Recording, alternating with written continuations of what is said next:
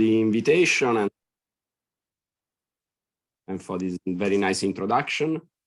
So let me share slides. Just a second.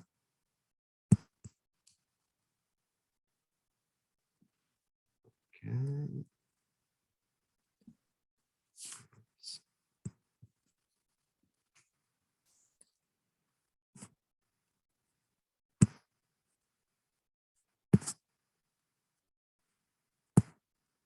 Okay, can you see the slides all right?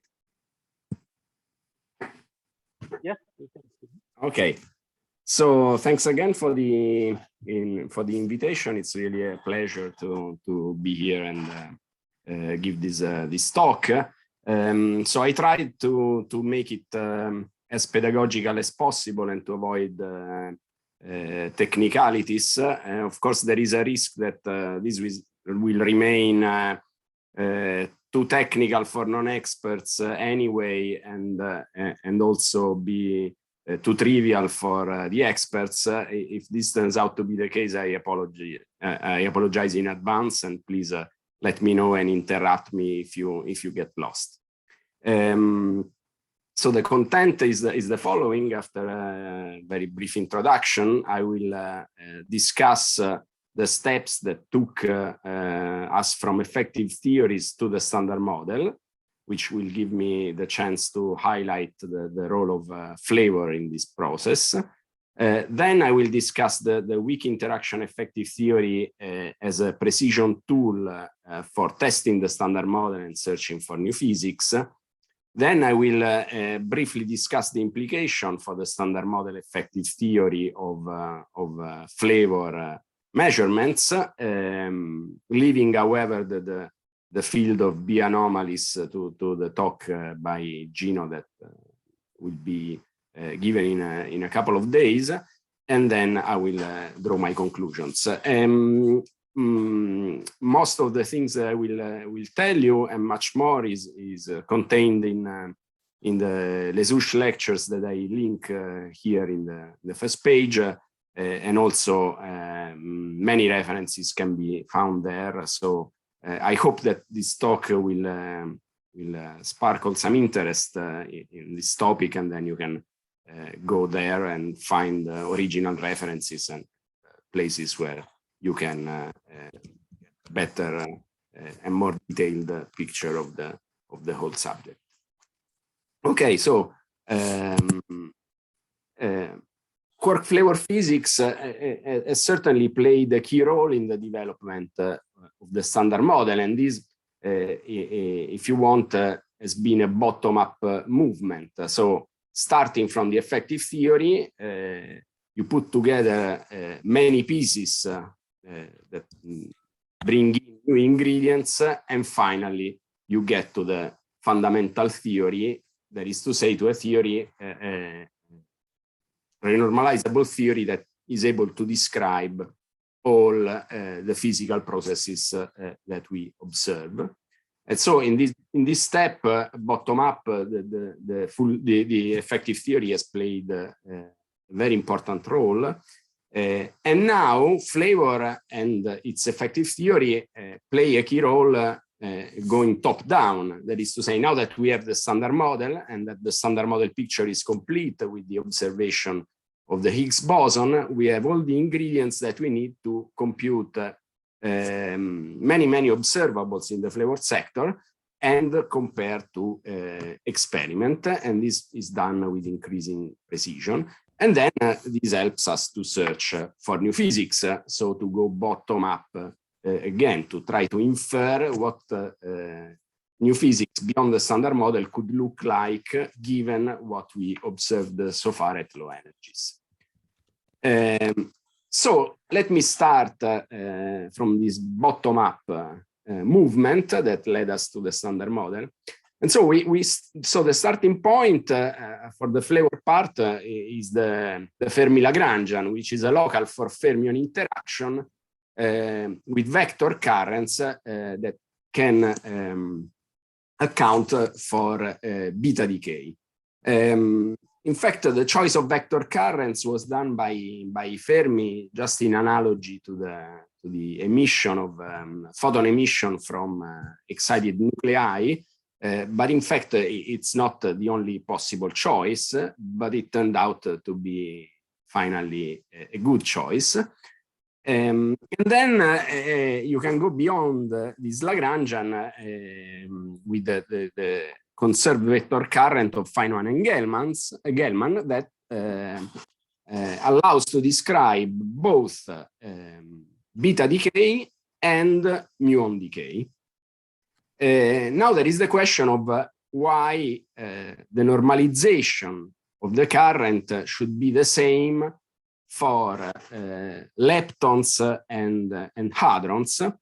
And in fact, one reason is that if you introduce a non-abelian structure, so if you introduce isospin, then the normalization or relative normalization of the currents is fixed by the current algebra, by the commutators, and so this explains why there is a universality, apparent universality of weak interactions. Now, of course, this is the product of two currents, so it's an operator of dimension 6, and so a local for Fermi interaction, for example, violates unitarity if you use it to compute scattering at high energies, and in fact, the cutoff up to which the theory works is basically when it becomes non-perturbative, so at a cutoff such that G Fermi times the cutoff squared is of order 1, which corresponds to a scale of a few hundred GeVs. Now, however, following this Feynman and Gell-Mann hypothesis, there were two big puzzles, okay?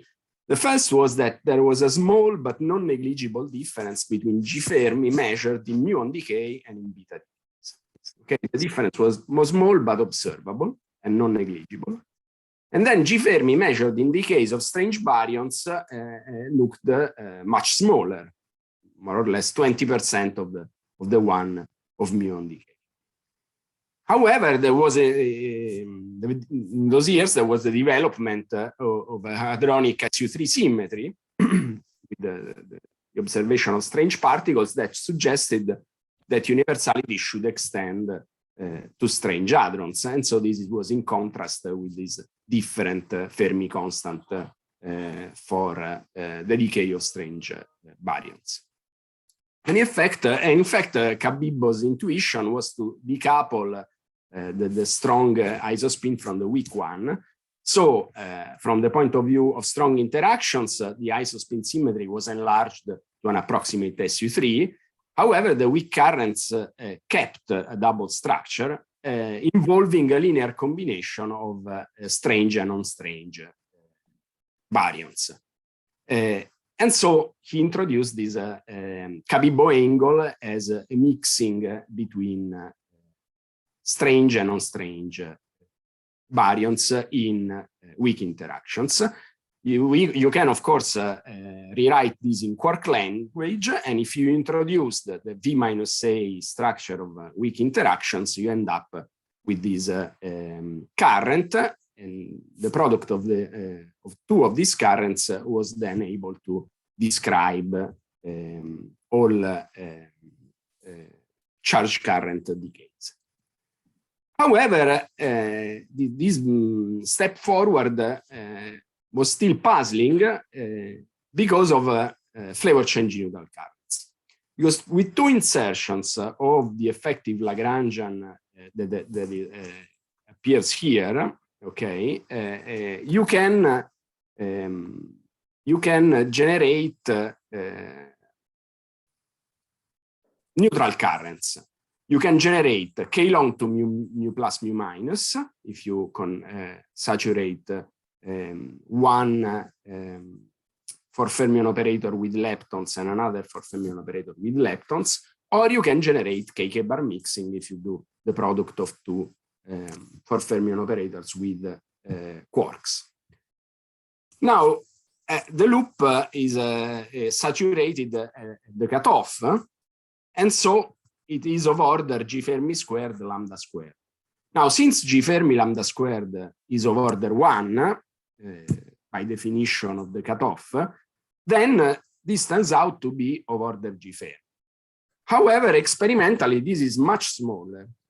And so what was observed was requiring that indeed G Fermi lambda squared should be much smaller than 1, corresponding to a cutoff of the order of a few GVs. And this was a big puzzle because clearly this changed a lot the view on the scales that were involved in weak interactions.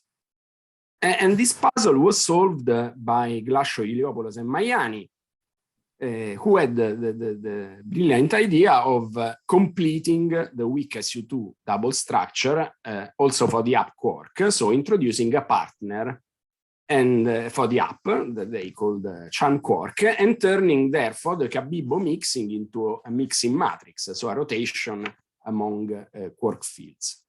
And in this way, you see that now the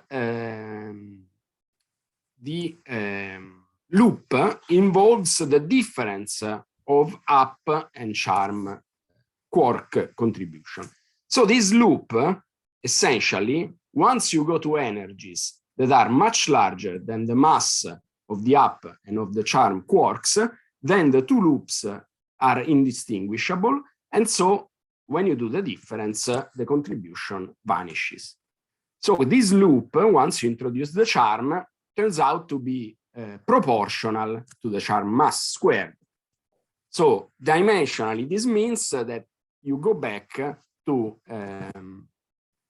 G Fermi squared, and then you add not the cutoff, say the cutoff of the weak interactions, but another cutoff, the charm mass squared. Beyond that scale, flavor change neutral currents do not get generated. So the effective cutoff now is MC squared, and you could predict the presence of this additional quark at a scale of around maximum 3 GeVs, which then turned out to be a correct prediction. So the Ckm mechanism paved the road to the standard model, because in this way you could go back to a cutoff of the order of the 100 of GeVs, where new particles came into play, and the local for fermion interaction for the charge current, product of charge currents, was opened with the contribution of an intermediate heavy particle, that is the W boson. The SU2 structure, so of weak isospin, involves also neutral current, but adding the Chan quark, then the Ckm mechanism ensures it is flavor conserved. And so loop corrections are generated and they are suppressed by quark masses, as we have seen in the previous slide. So the outcome of the Ckm mechanism is that there are no three-level flavor change neutral currents, and they are generated at one loop but suppressed by quark masses. Now then, there is a question of how many generations should we have. And in fact, in 63, CP violation was observed in KK bar mixing. Now, for 2 generations, the Cabibbo mixing matrix can be made real, even if you start with a complex matrix, can be made real by quark field redefinitions. So there is no observable phase in the Ckm, in the Cabibbo mixing matrix, and so you expect no CP violation in weak interactions. However, if you enlarge to 3 generations, then you can realize easily that you cannot absorb all phases of the Cabibbo-Kobayashi-Mascava 3x3 mixing matrix, and there is one physical phase that remains in the Ckm. So then you can have CP violation in weak interactions. And in fact, this is another prediction, the 3 generations, that turns out to be correct. So in the end, the standard model was built, which is the most general renormalizable theory, that you can build with 3 generations of quarks and leptons and SU3 color times SU2 left-handed times U1 hypercharge gauge symmetry and 1 Higgs doublet. There is no 3-level flavor change in neutral current, as I said. So this means that since this is a renormalizable theory and the most general renormalizable theory, all flavor change in neutral current processes, even when you consider radiative corrections, are finite and computable, since you cannot add any counter term to the Lagrangian to cancel singularities. Okay, so this means that in the standard model, any flavor change in neutral current processes can be computed from first principles, of course, once you have determined all the parameters of the standard. So this means that this is a very interesting place to look at, because you can make predictions, you can compute them, and you can compare with experiment and possibly get hints of new physics, because these flavor change in neutral currents are generated at the loop level, and so they require the exchange of virtual particles. And if you have new physics, then new physics might contribute as well with virtual states that do not have to fight against 3-level standard model contributions, but they have to fight with loop level standard model contributions. So they share the same loop suppression and they have largest chance to be observed. So that's why flavor change neutral currents are so interesting when looking for new physics. So we have this great thing that we can compute them in the standard model, and then, however, in the end we will go back to effective theories. Why? Well, the standard model contains sure all the ingredients to compute flavor change neutral currents, but W, Z, and top are much heavier than mesons and leptons. Okay. So they can contribute to meson flavor change neutral currents only as virtual intermediate states. And then their effects, as was discussed in the previous lecture, they can be described with an effective theory of local interactions of dimension larger than 4 among light fermions, such as the Fermi Lagrangian. Okay, but you may say, how does this work in practice? Well, if you take, for example, you want to rederive the Fermi Lagrangian, you just write the exchange of a W and the corresponding exchange of would-be Goldstone bosons if you are in a renormalizable gauge. Let's look, for example, at the amplitude that you get from the exchange of a W. And you see that if you expand the W boson propagator, taking into account that you are at values of K that are much smaller than the W mass, you realize that you can write this exactly as what you get from the Fermi Lagrangian plus terms of order K squared over MW squared, which are negligible in practice and in any case could be computable by adding higher dimensional operators into the game. Now,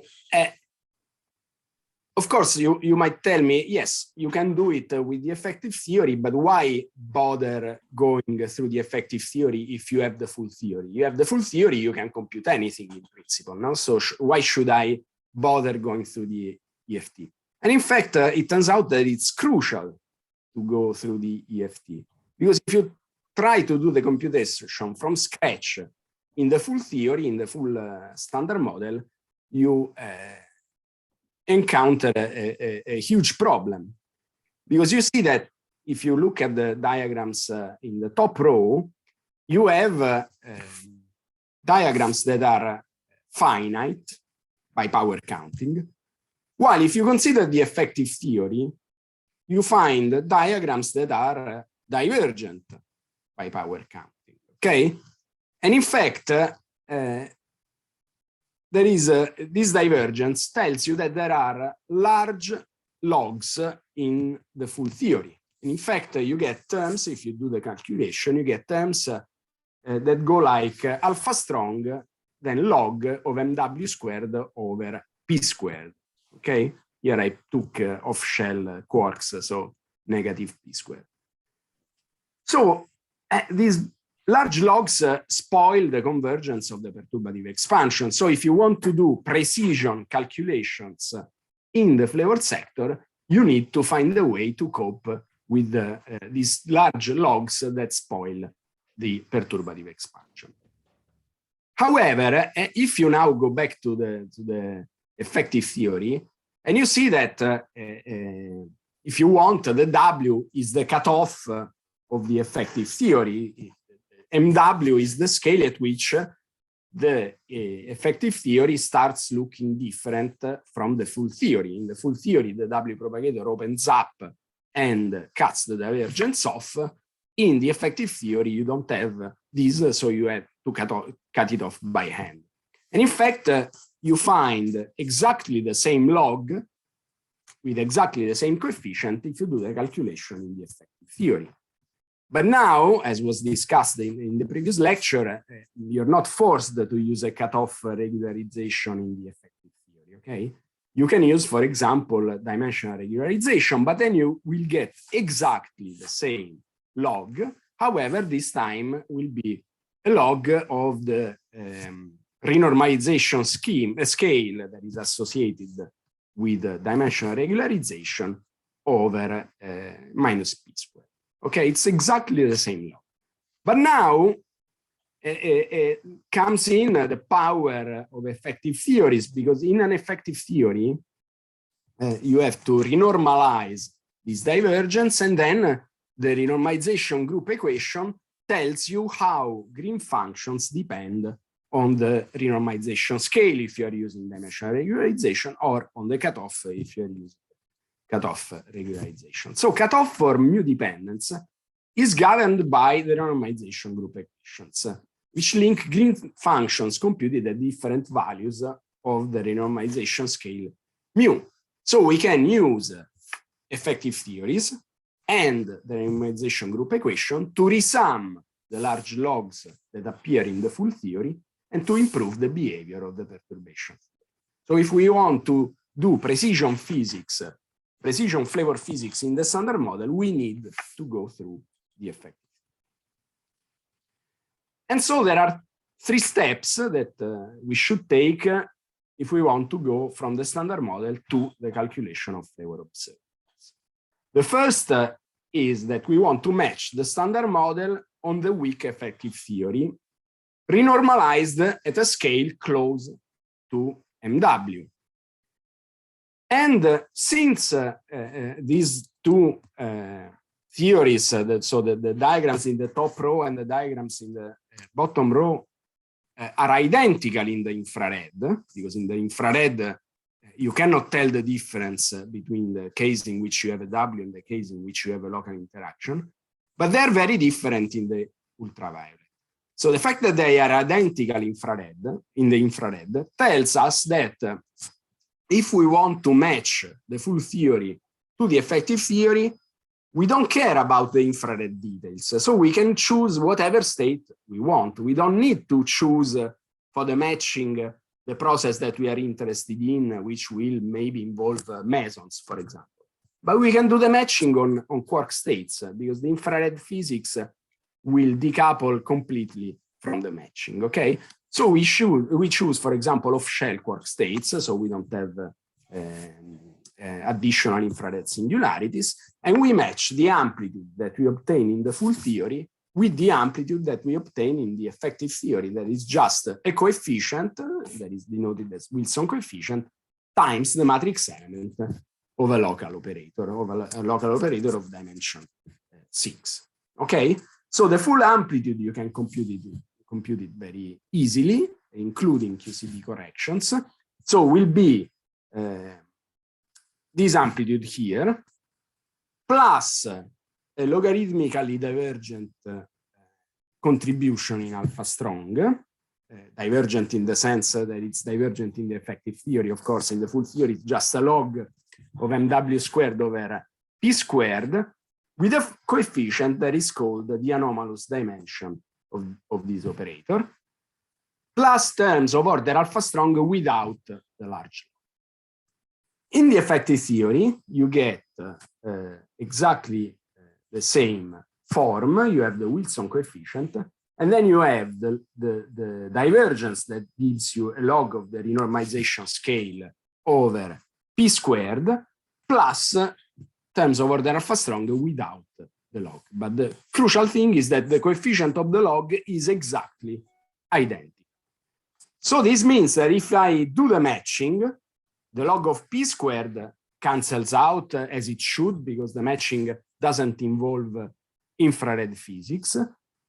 However, I will be left with a log of mw squared over mu squared. But if I choose a scale mu close to mw, for example, mw, but doesn't need to be exactly equal to mw. The important thing is that it's close, so that the log, the remaining log is tiny. We can forget about it, and we just match the coefficient in this way with possibly order alpha strong corrections that do not involve large logs, and so they are computable straightforwardly in perturbation. The infrared physics cancels out, and we are left with a coefficient that tells us how the ultraviolet properties are modified by the full theory. So tells us what is the effect of the exchange of W's in the effect. Then the second step is to evolve the effective theory from scale close to MW to a scale close, say, to the D meson mass, if we want to compute a D meson decay. Because if I now take the effective theory renormalized at the scale mu W, and I try to compute a physical amplitude on physical states with this effective Hamiltonian, I get again large logs, okay, because nobody removed them. So I need to find a way to connect green functions at MW to green functions at a lower scale. And I have it. This is the renormalization group equation. And so I know that the Wilson coefficient at the hadronic scale will be given by some evolution coefficient times the matching scale mu W. At the leading order, this is just given by the ratio of the strong coupling computed at the weak scale over the strong coupling computed at the hadronic scale to power that is dictated by the anomalous dimension plus corrections of order alpha without large logs. And the large logs have been resummed thanks to the running coupling. Okay, if you expand the evolution equation for the strong coupling, you realize that again you find here an expansion that contains all powers of gamma 0 of the anomalous dimension times the log that you want to resum. And in fact, it's resummed exponentially in this very nice form. In general, C is a vector because there are several operators that mix under renormalization. So the anomalous dimension becomes an anomalous dimension matrix. And so you have operator mixing, and then you the Wilson coefficients at the low scale are different from the ones at the high scale, not only because of the anomalous dimension, but also because of the operator mixing. Then, once you have done the evolution from the weak scale to the hadronic scale, you need to compute the matrix element of the effective theory operators for the process of interest. And now here, in general, you need non-perturbative methods, because hadronic matrix elements in general involve strong interactions at a low scale that are non-perturbative. So there are several possibilities. For very light mesons, you can use chiral perturbation theory, for example.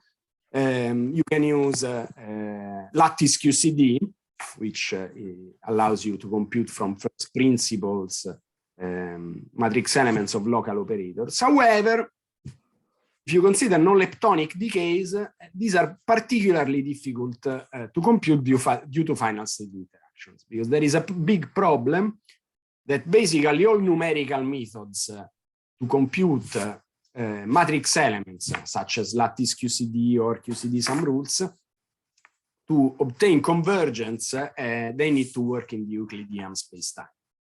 And in the Euclidean spacetime, there are no final state interactions. And so where you have processes in which final state interactions are important, then it's a big problem. And in fact, it was only a few years ago that we obtained the first lattice calculation from first principles of epsilon prime over epsilon, where, as you know very well, final state interactions are very important because of the delta I equal 1 rule. So computing matrix elements is certainly non-trivial. It's difficult and sometimes even almost impossible.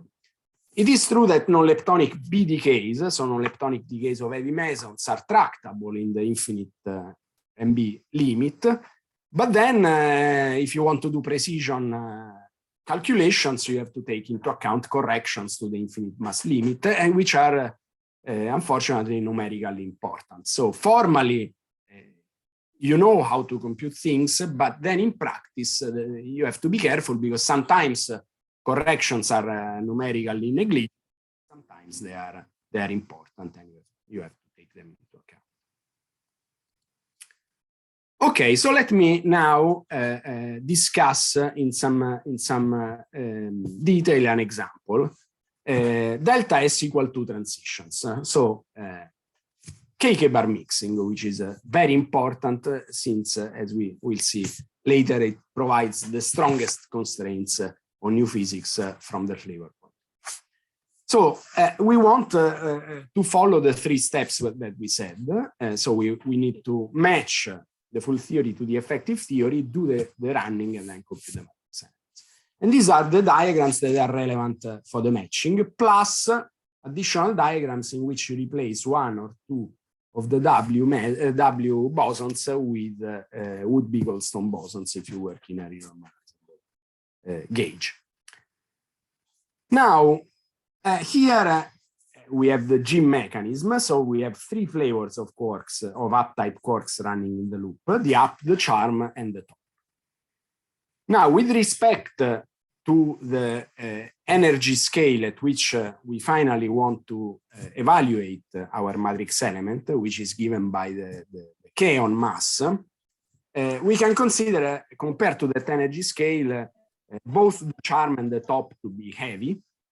And then the presence of at least 1 either charm or top quarks in this loop ensures that we obtain a local contribution, okay, at scales below the mass of the charm quark.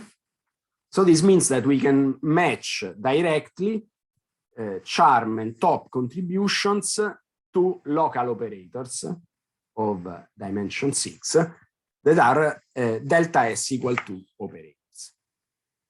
However, this is not true for diagrams that involve only up quarks, sorry, because the up quark is light, and so it's dynamical even at the kaon mass scale, of course. And so, in fact, for up-type quarks, there will be a cancellation in the matching between the full theory and the double insertion of 2 delta S equal 1 effective Hamiltonians in the effective theory. So this diagram here and this diagram here are completely negligible, since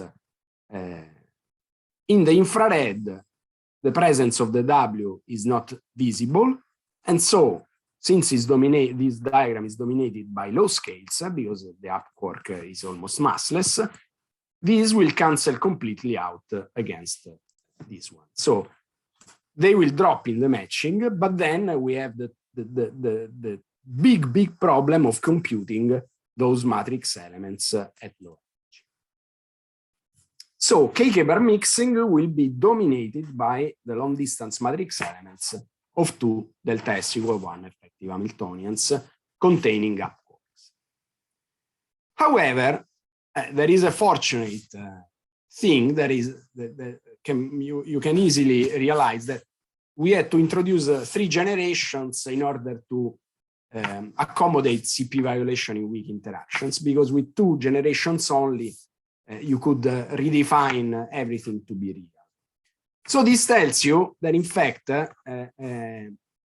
U-quark contributions can be made CP even, at least up to order alpha strong, where you have penguin operators entering the game and the thing complicates. But at least at leading order in alpha strong, you can remove them from CP violation.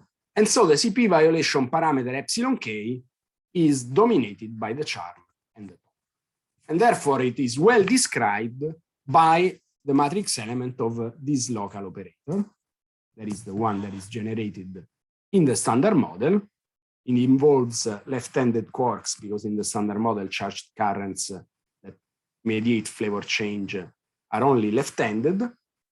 So we need to compute this matrix element of a local operator among K and K bar states, and this is perfectly doable in lattice QCD. And in fact, the precision that one obtains is really remarkable, okay, and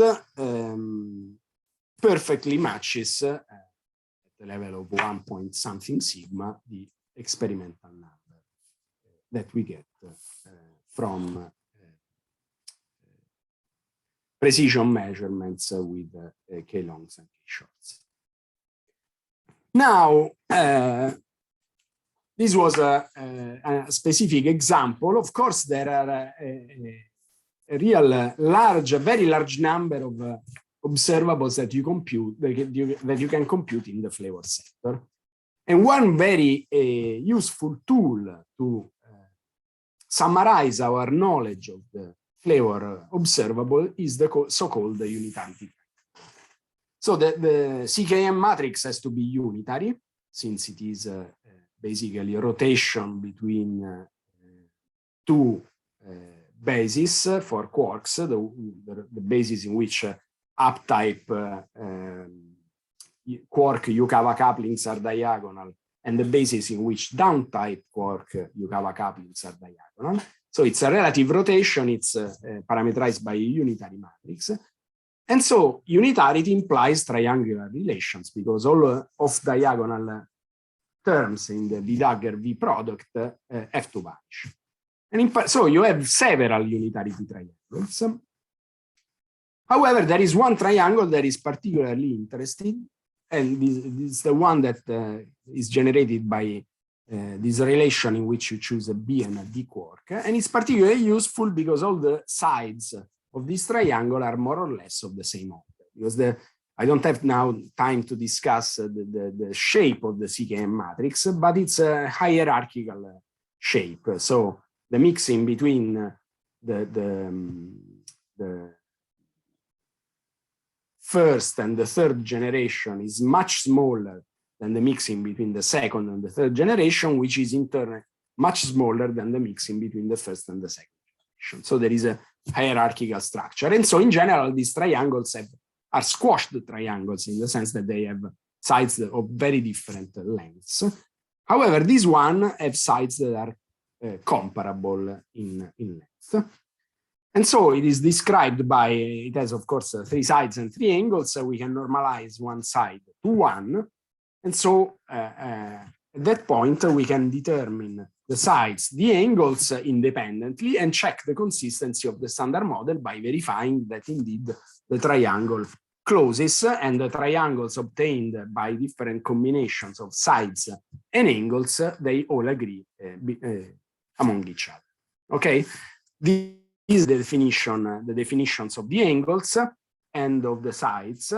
And you see that these are physical observables because by taking these ratios, you remove completely the phase dependence of the single entries of the Ckm matrix.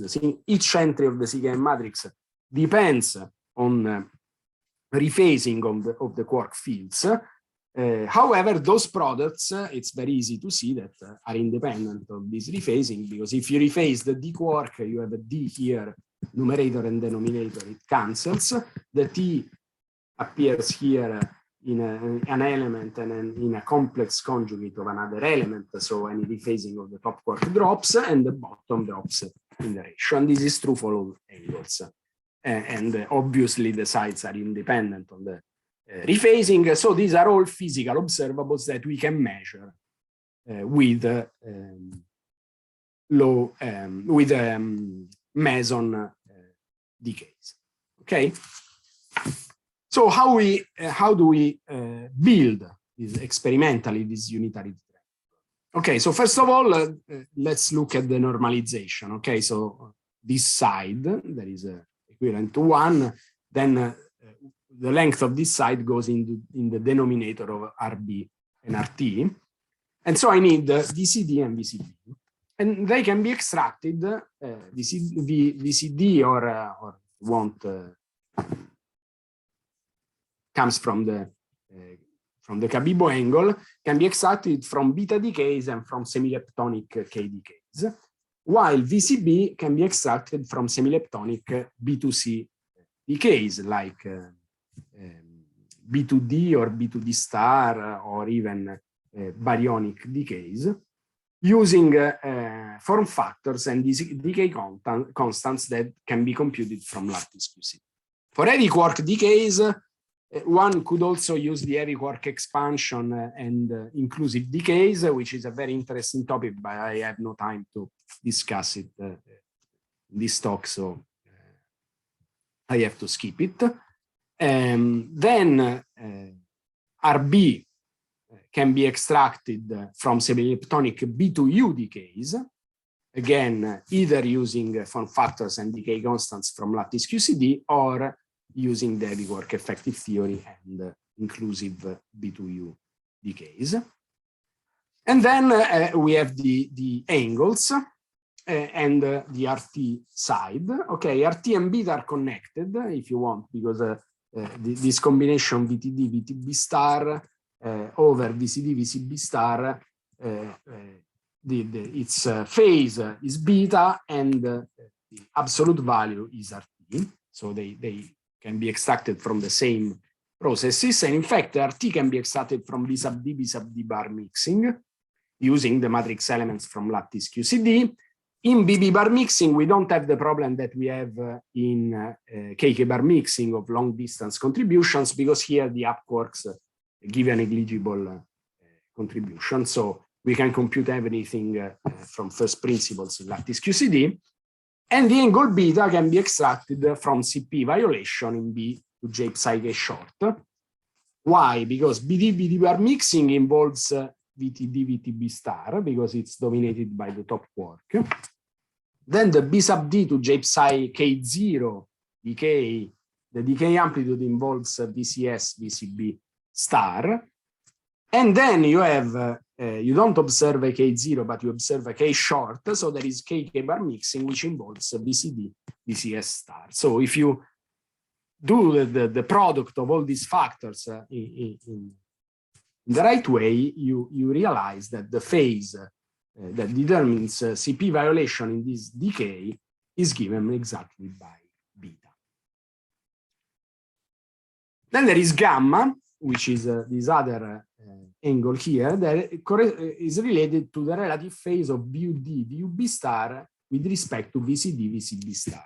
And this is a very interesting measurement that you can do of gamma by exploiting the quantum mechanical interference between these two factors. So the contribution, if you take a transition that is B to C DU, you see that you can even couple the C quark to the B quark. So you have VCB star VUD, or you can couple the U quark to the B quark, and then you get VCD VUB star. Okay.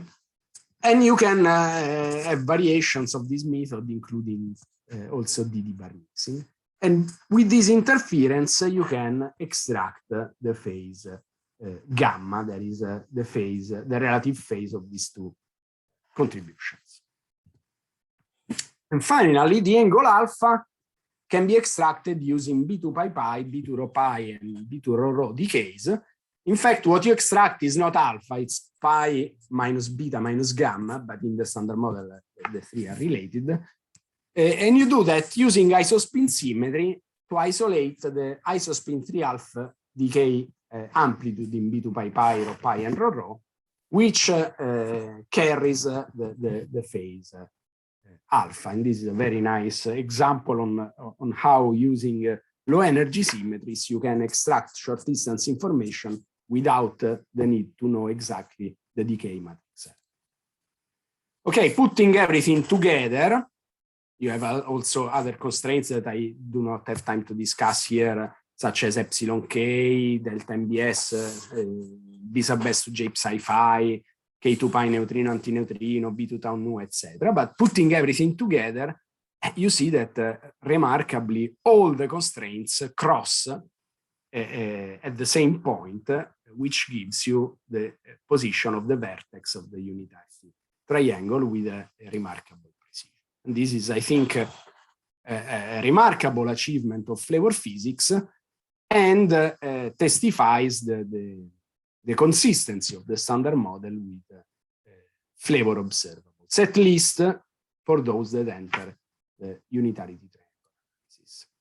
And now the obvious thing that you can do is to generalize this analysis, allowing for new physics in loop-mediated processes. Now, VUS, BCB, VUB, and gamma, and also alpha, indeed, are obtained from three-level decays. And thus, you can think at first approximation that they are not affected by new physics, because their new physics would be would face three-level standard model contributions, and so it should really be huge to give a sizable contribution. So already VUS, BCB, VUB, and gamma are enough to determine the Ckm matrix, because you need 4 real parameters and one phase, and you have them. And then you can assume that new physics is allowed in all delta F equal to processes, and you can extract simultaneously the Ckm parameters and the new physics contributions. And you see that, of course, you lose some precision in the determination of the Ckm matrix, but not that much. You see that it's a factor of 2.5 in precision that you lose, but then this opens the way to testing new physics, looking for new physics in delta F equal to processes, which is very interesting. Let me skip the details, but here you find a plot of, so CBD is the ratio of the full B sub D mixing amplitude over the standard model. And phi-BD is the new physics induced phase that could be present in BD-BD mixing. And this is the same on the right, you have the same for B sub S mixing. And you see that you are very close to 1 for the ratio, and the phase is constrained at the level of a few degrees.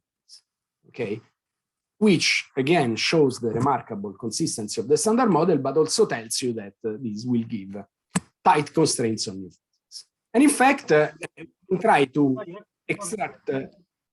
Sorry? You have 10 more minutes. Okay, yes, I will conclude quickly. So the last thing I want to discuss is how to go then back, using effective theory, back to the high scale and get constraints on new physics. So let me generalize the effective Hamiltonian for delta F equal to processes beyond the standard. In the standard model, we have seen that we have only one operator, which involves left-handed quarks, because in the standard model, flavor change comes only from left-handed operators, if you neglect, of course, effects proportional to light quark masses. Now, you can write, indeed, the most general delta F equal to effective Hamiltonian below the electroweak scale, and it contains 8 operators, so there are 7 more. The primed operators are just equivalent to the non-primed by switching all lefts into rights. And it turns out that all the operators except the standard model one are enhanced both by renormalization group evolution and by the matrix elements, because they break somewhat chiral symmetry, and so they are chirally enhanced. So in general, the coefficients of these operators will be some flavor factor times some loop factor divided by the new physics scale. And let me take first a generic flavor structure, so of order 1, and a loop factor of order 1, so no loop suppression. Say you have some strongly interacting new physics that generates these processes without paying a loop factor, or you can consider a flavor structure similar to the standard, which corresponds to next to minimal flavor. And then you look at the bounds that you get from experimental methods. And you see here the scale is in TVs, and you see that from Ckm bar mixing, CP violation in Ckm bar mixing, there is this light green band, you see that you reach several in 10 to the 5 TVs. So this means that if you want to have a new physics that is completely general in flavor, so has no flavor protection, and generates coefficients without a loop suppression, then this new physics has to live at scales larger than 10 to the 5. If it's weakly interacting, and so you have to pay a loop factor of the order of the standard model one, you can go down, but still more than 10 to the 4 TVs. Of course, if you assume that the flavor structure is not generic, but it follows somewhat the hierarchy of the standard model, then the bounds becomes dramatically less stringent, and you are here at the level, you are here between tens and 100 TVs. If you assume it's non-perturbative and next to minimal flavor violation, then the bound is at the level of almost 100 TV, and this applies, for example, for composite Higgs models in which you don't have any flavor protection.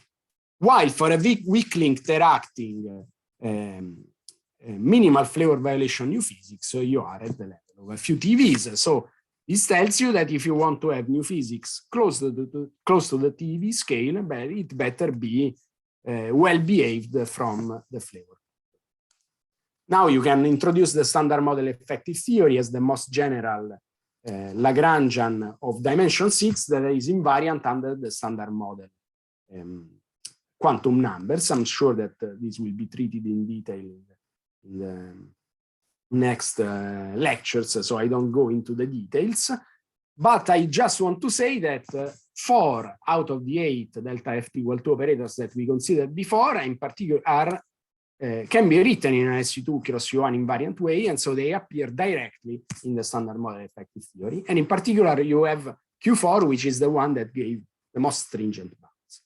So if you go in the SMEFT and have an arbitrary flavor structure, you have to be at super large scales. So you need really that flavor is a symmetry that is respected, at least to some precision, by new physics. Otherwise, you break completely the agreement with experimental data. And these are, okay, I skip this because I don't have time to go in the discussion. Let me draw my conclusions. So effective field theories and flavor have played a key role in the development of the standard model, in going from the Fermi theory to the Ckm mechanism to the standard model. The weak effective theory is a very powerful tool to test the standard model in the quark flavor sector, and it has been developed along many, many years, and now you have calculations that are always next to leading order, if not next to leading order, and also lattice has made tremendous processes in the calculation of matrix elements, and the bounds from delta F equal to transitions are among the most powerful, reaching beyond the 10 to the 5 TVs in the general case. Now, given that the coming decades will not witness a remarkable increase in the scales that are directly probed at colliders, but rather a very remarkable increase in luminosity and therefore in precision, in particular also in the flavor sector, it means that flavor will continue playing a crucial role in indirect searches for new physics. And not only, of course, in constraining the flavor structure of new physics, which is what I discussed in this talk, but hopefully also revealing new phenomena or shaping our expectations for new physics models. And I'm sure Gino will discuss this in great detail in his talk on B anomalies. So I stop here, and thanks a lot for the attention. Thank you. Review talk on flavor physics and effective theory. So now the second session is open for the question.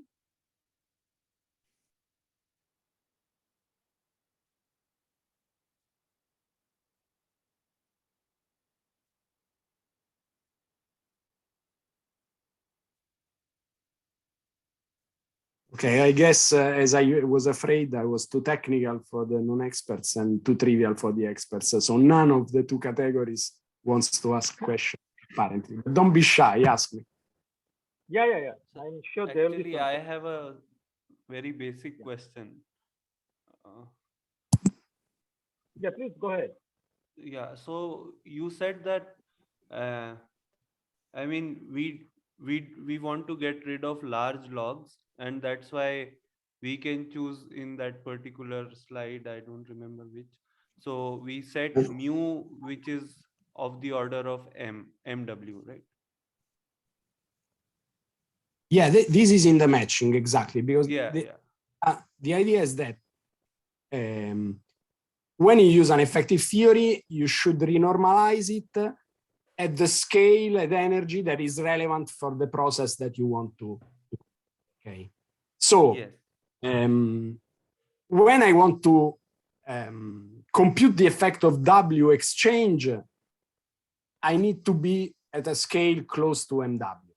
Okay, so that I'm sensitive to the effect of the W, I can compute the Wilson coefficient there.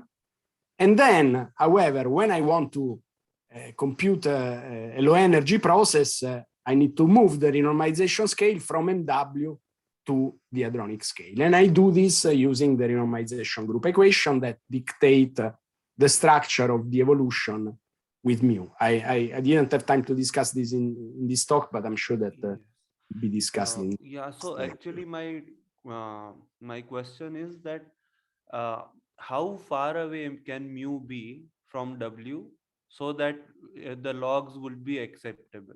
For example, it need not be exactly mu equal to MW, as you said, but it should be, means, is there any particular limit on the log that we can put, that we can say that the perturbation theory will be valid? Okay, so certainly you don't want to vary mu by 1 order of magnitude, okay, because then resurrect the large logs. But in fact, what you do usually to estimate the uncertainty due to the higher order terms is to move mu W by a factor of 2 above and below MW. Because in this way, this gives you an estimate of what you are not including in your analysis. Because the whole thing, so physical observables cannot depend on the renormalization scale. Yes. By definition. However, this is true. This would be true if you could compute all orders of perturbations. But since you are stopping at the given order, if you want to have an estimate of the terms that you are neglecting, you can check the residual, what is called the residual mu dependence. That is to say, the dependence that you have, but you shouldn't have, but you still have it because you didn't compute an infinite number of terms. So you vary mu by a factor of 2 above and below the preferred scale. Okay. And you compare what you get in the two cases. And this gives you an estimate of the error that you are doing by varying a bit the scale is very useful because it gives you an estimate of what you are missing. Okay. Yeah. Thank you. Any other question? Hi. Hello. Yes. Hi. So I have just a simple question that so in the standard model, the absence of tree-level efficiency happens because there is a particular structure, the fermionic mass matrix and the coupling matrix that can be simultaneously diagonalizable, and that tells us that there will be no tree-level efficiency. So does this kind of information is helpful in writing the EFT theories with new physics, like? Is those kind of things one can include in writing the A theory? Yes. Yes, unfortunately, I didn't have time to discuss minimal flavor violation, but minimal flavor violation is precisely this principle. So in the standard model, you don't have flavor changing nodal currents because you have the only source of flavor violation comes from the Yukawa couplings. And then the only thing that you can observe is the misalignment between up-type and down-type quarks on the left side, okay? Now, minimal flavor violation tells you that this flavor symmetry that the standard model has, and that is only broken by the Yukawa couplings, is also shared by new physics, okay? So if you assume that, it means that the only source of flavor violation that you can put are Yukawa couplings. So then you can write the full set of dimension 6 operators that comply with this request. Okay, so the coefficients will be series of products of Yukawa couplings. And now, since the Yukawa couplings have a very hierarchical structure, because at the zeroth approximation, only the top as a mass that is comparable to the weak scale, all the others are much lighter, then you can expand this product of Yukawa couplings, keeping only a finite number of terms. And so this is a very powerful guiding principle to build new physics models. And if you build a minimal flavor violation model, automatically you are guaranteed that it will satisfy the bounds, the stringent bounds, for example, from K-bar mixing, provided the scale is just a few T's. Now, this is the interesting side of minimal flavor violation.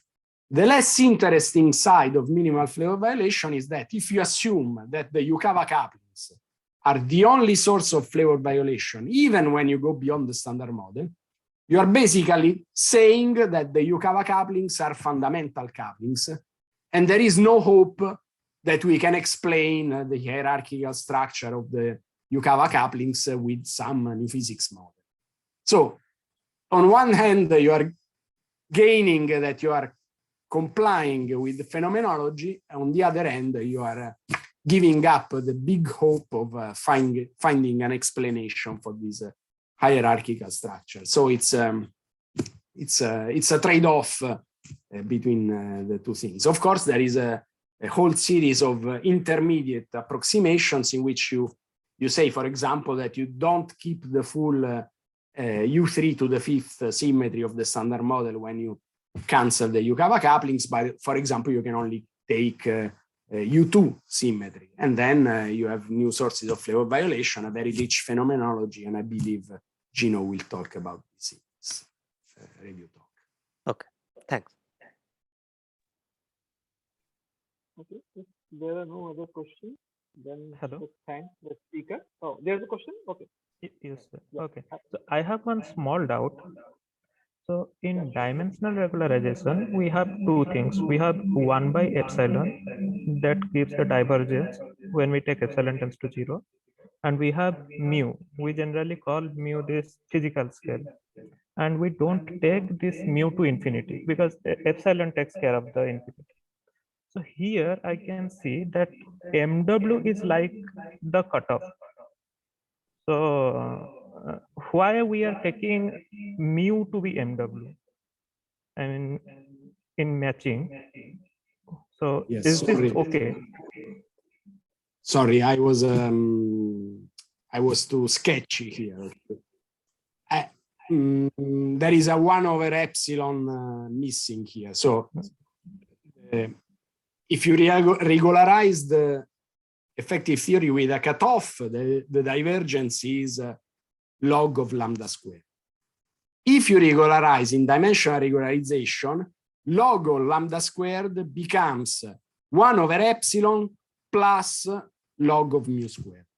Okay, it's always like that, because when you regularize the theory with dimensional regularization, you move from 4 dimensions, and so you have to introduce a dimensional parameter.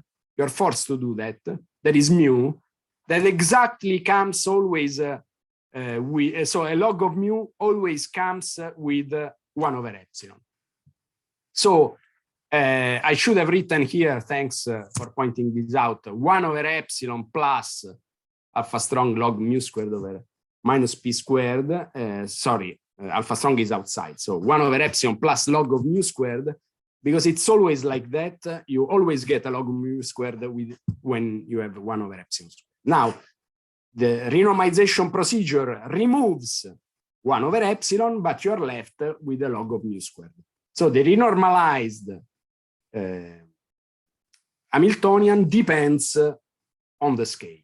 And the way in which it depends on the scale is governed by the renormalization group. So mu squared, as I said, can be anywhere, but it should be close to the relevant scale that you are taking into account to avoid large logs. Okay, so when you match to the full theory, you take mu close to mw. When you compute a hadronic matrix element, you take mu close to the hadronic scale. And the distance between these two values of mu, you cover it with the renormalization. I hope this is clear.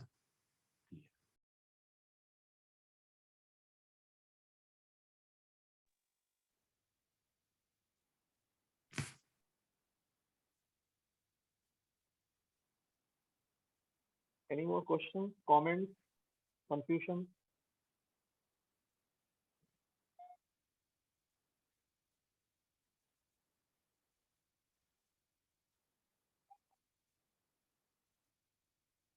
Okay, so if not, let us thank the speaker. Thanks a lot. It's really a pleasure. Thank you very much. And we will reconvene at 5:30 p.m. for the last year. Yes. Okay, so thank you very much for the invitation and also for the introduction.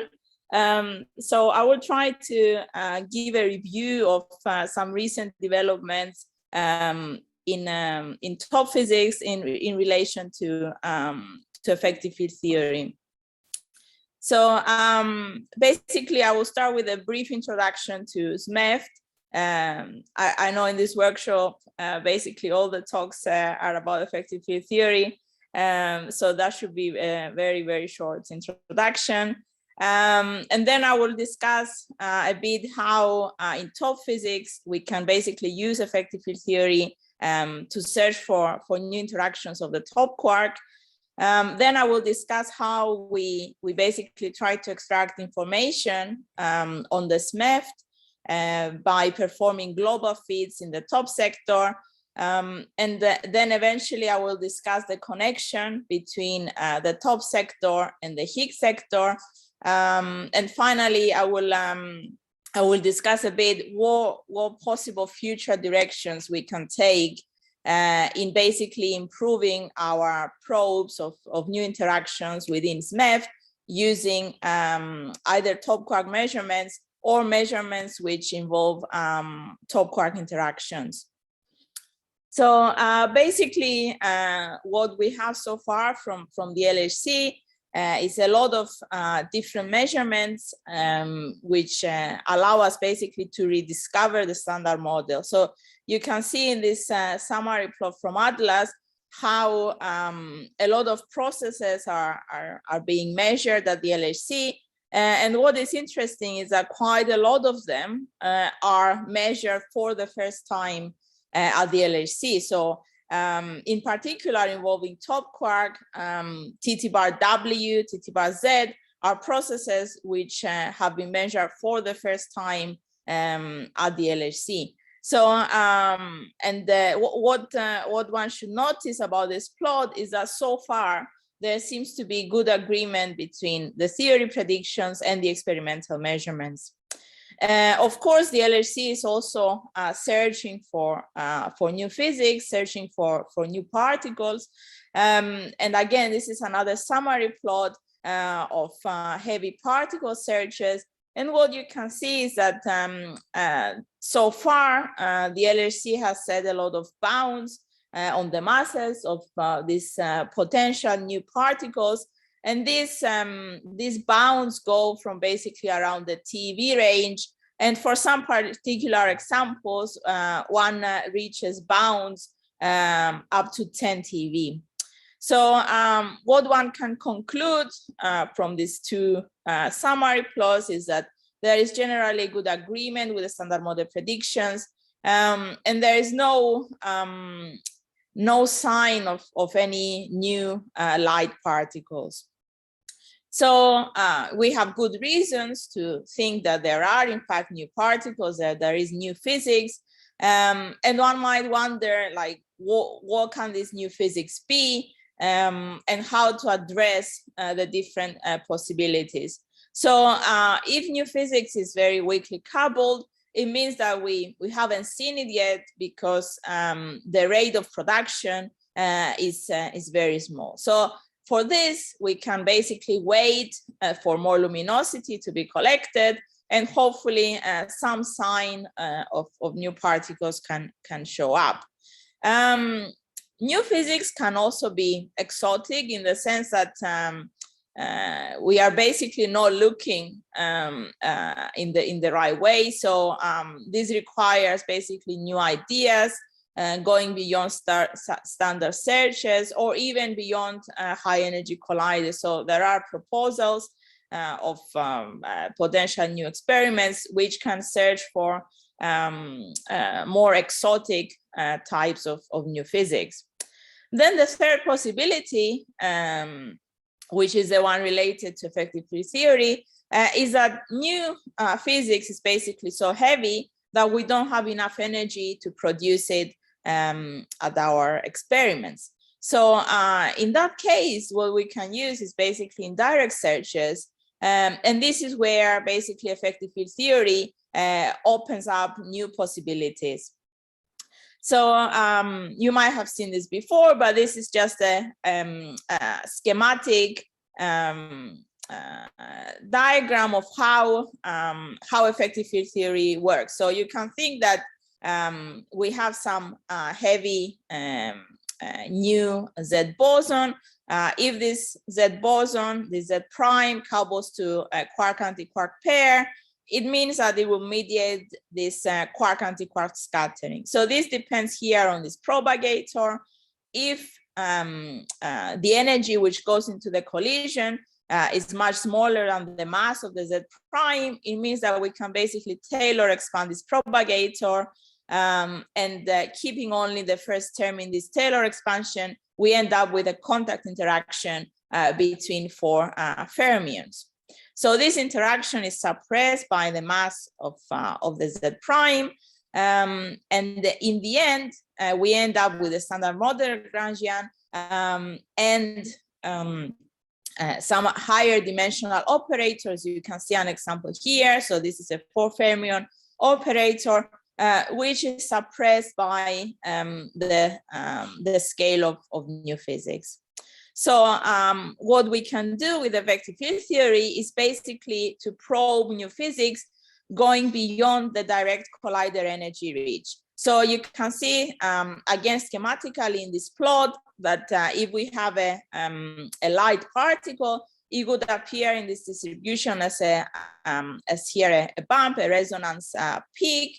But if there are any heavy particles which are beyond the energy that we have in the collisions, what we can see instead is basically small deviations in the tails of this distribution. And this is basically where effective field theory is used to parameterize and interpret deviations from the standard model predictions. So what is important, and I guess you hear this a lot of times in this workshop, is that effective field theory is trying to be as model independent as possible, in the sense that these higher dimension operators work for any type of new heavy particle. So it doesn't matter if you have a prime or a new scalar or some heavy quark. Effective field theory is able to parameterize any type of new physics. And if we're talking about the standard model effective field theory, provided this new physics satisfies the symmetry properties of the standard model gauge group. So effective field theory basically allows us to perform precise measurements at low energy to learn about UV physics. So for collider physics, we start at dimension 6. So we have a set of dimension 6 operators. You can see them in this table here. So these are from what we call the Warsaw basis of dimension 6 operators. And it is from these operators that we're going to find the ones which involve the top quark and see how this will change the interactions of the top quark with all the other standard model particles. So just before moving to top quark physics, I will just say a few words about how do we use effective field theory. If we want to find new physics, what should we do? So what we need to do is eventually take a particular observable and the measurement of this observable from the experimental collaboration. So if this is a collider measurement from the LHC, Atlas, or CMS. So we need to have a very precise experimental measurement. Then we compare this measurement with the standard model prediction. So we also need to have precise standard model predictions.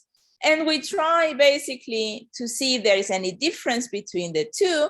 And we basically use this difference to set constraints on the Wilson coefficients of the EFT. So what's on the right-hand side of this equation is also the EFT prediction. So this will be proportional to C over lambda square. So this is the interference basically between the standard model and the effective field theory operator. But what is important is that one can basically improve also the right-hand side of this equation by also computing effective field theory predictions precisely. One other thing which one can do, so first one can compute higher order corrections to this dimension 6 contributions. But of course, effective field theory is basically an expansion in 1 over lambda, and there are also higher order terms in this expansion. So in some cases, these terms are important, and people are trying to find ways to include these terms where they actually play a role. Okay, so when we take these predictions and the interpretation of these predictions within effective field theory, there are basically different options. One can basically take an inclusive cross-section and do an EFT interpretation. One can take differential results either at the parton level or the particle level, and one can also do a full detector level analysis. So basically, the more closer to the detector level, the more complex this interpretation becomes, and one needs to also make fewer assumptions, but one can hopefully gain more information. So I'm mentioning this because now at the LHC there is a lot of activity. So there is an EFT working group which is trying to bring together theorists and experimentalists to basically establish a program of effective field theory interpretations of LHC measurements. So this involves not only the top quark, but also the Higgs and electroweak sectors, and hopes to eventually encourage global interpretations also done by the experimental collaborations. Okay, so one final comment which I already briefly mentioned. So I wanted to stress that these predictions in effective field theory, they receive corrections, also going to higher order terms in 1 over lambda. So this can come from squared dimension 6 contributions, also from double insertions of dimension 6 operators, and at the same order, 1 over lambda to the 4th, we also have dimension 8 contributions. So I'm mentioning this because we will see that in some cases, and in particular in top quark physics, this first term, the squared contributions of dimension 6 operators are important. And finally, corrections can be computed in the QCD and electroweak couplings, in the sense that basically one can compute higher order corrections in the same way we do it in the standard model. So effective field theory is basically the normalizable order by order in 1 over lambda squared, which means we can compute QCD corrections and electroweak corrections.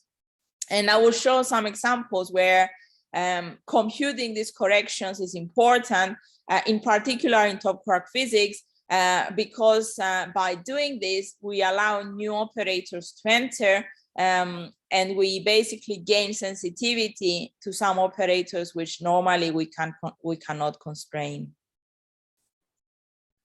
Okay, so that was basically my introduction, and now I will focus on the top quark sector.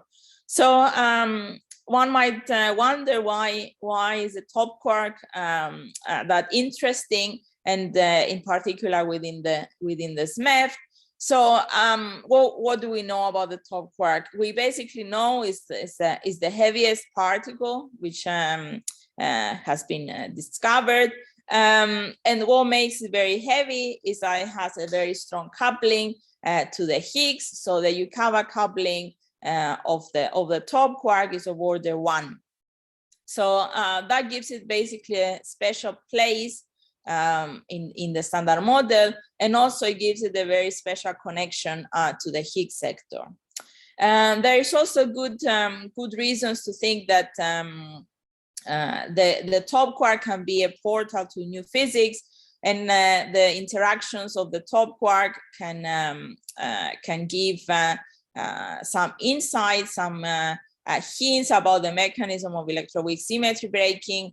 The top quark is related to the stability of the vacuum. So the top quark basically has a special role also in a lot of BSM models, such as compositeness. So we really want to basically measure the interactions of the top quark as well as possible.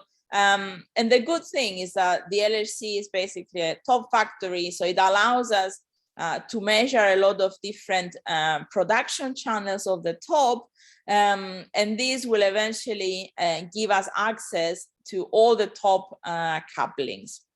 So how do we produce the top quarks at the LHC? So we can produce them in pairs, in single top production, in association with a Higgs, with a vector boson.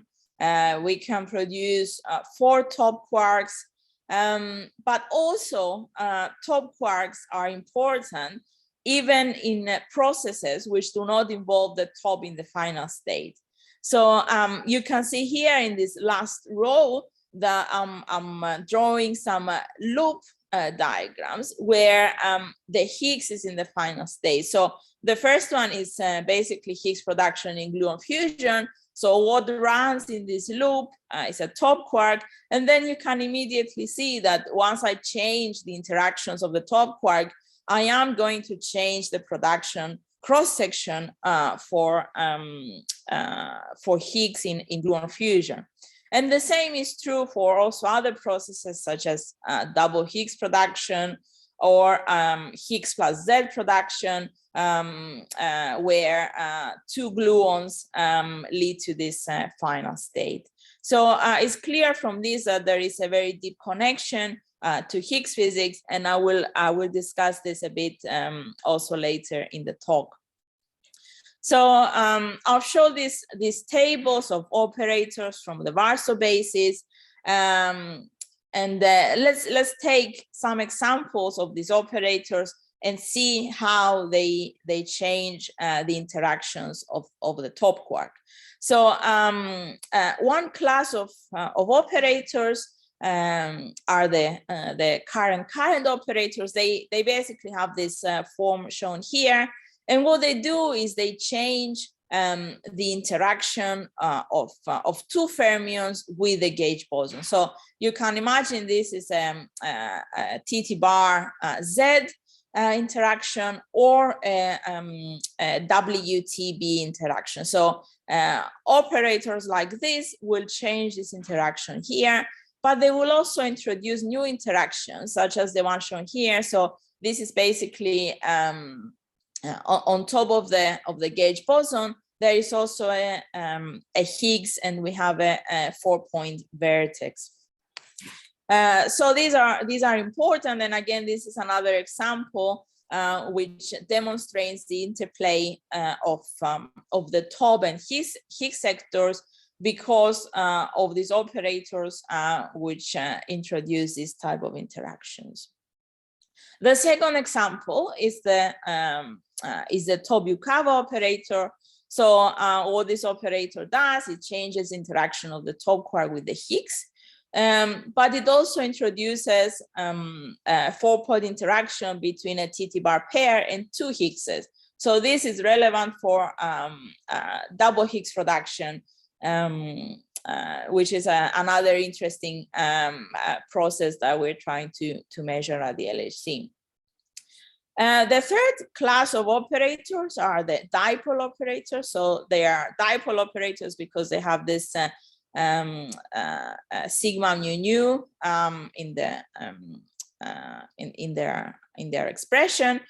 So what they do is, again, they change the interaction of a TT bar pair with a Z or a gluon, depending on which gauge field we have here. But what is interesting is that basically in these interactions, we have some momentum dependence here in this vertex. And the same set of operators introduces, again, interactions which involve two fermions, a gauge boson, and the Higgs. And again, these interactions come with a momentum dependence. So this is important because typically when one has a momentum dependence, one can expect to have larger deviations in the tails of distributions. And the final category of operators which change the top quark interactions are operators which involve four fermion fields. So the example shown here is basically 4 quark fields. So here one can have 2 light quarks and a TT bar pair, or one can have basically 4 top quarks. So these are contact interactions. So this one can think about them in the like the example I was showing at the beginning with the Z prime. So they can appear if we integrate out some new heavy boson. And what is interesting is that basically there are a lot of these operators, because you can imagine one can change both the color structure of these quark bilinears, but also the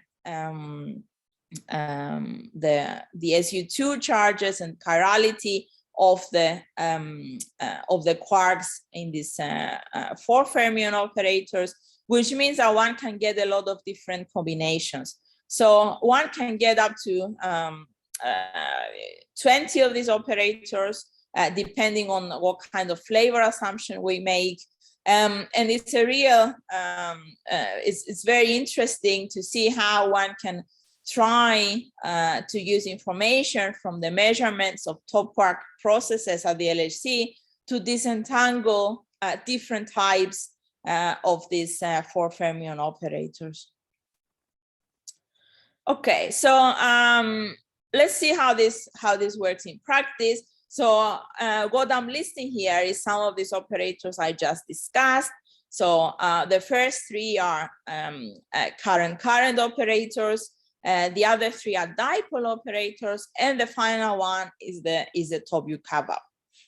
So what I want to show here is like how these operators enter in the different production channels of the top. So I just have some examples here: the TT bar production association with the Z boson, single top production, and TT bar production with the Higgs. So what you can see here is there is this complicated picture of a lot of arrows.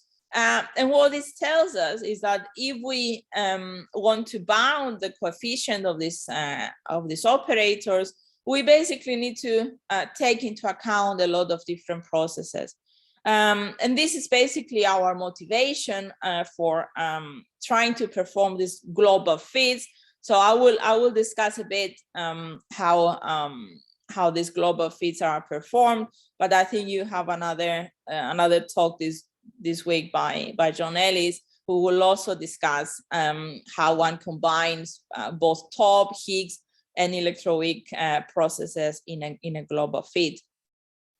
So the other thing which I wanted to show here is that this is basically a bit complicated, and what one has to try and do is have some guidelines of how to perform these interpretations of LHC measurements. So I wanted to point out to this document.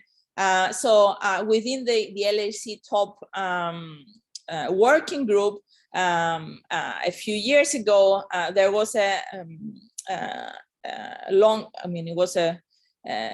nice effort to create some common standards and prescriptions to facilitate effective field theory interpretations of top quark measurements at the LHC. So this received a lot of input from a lot of theories. So you can see the author list here, and what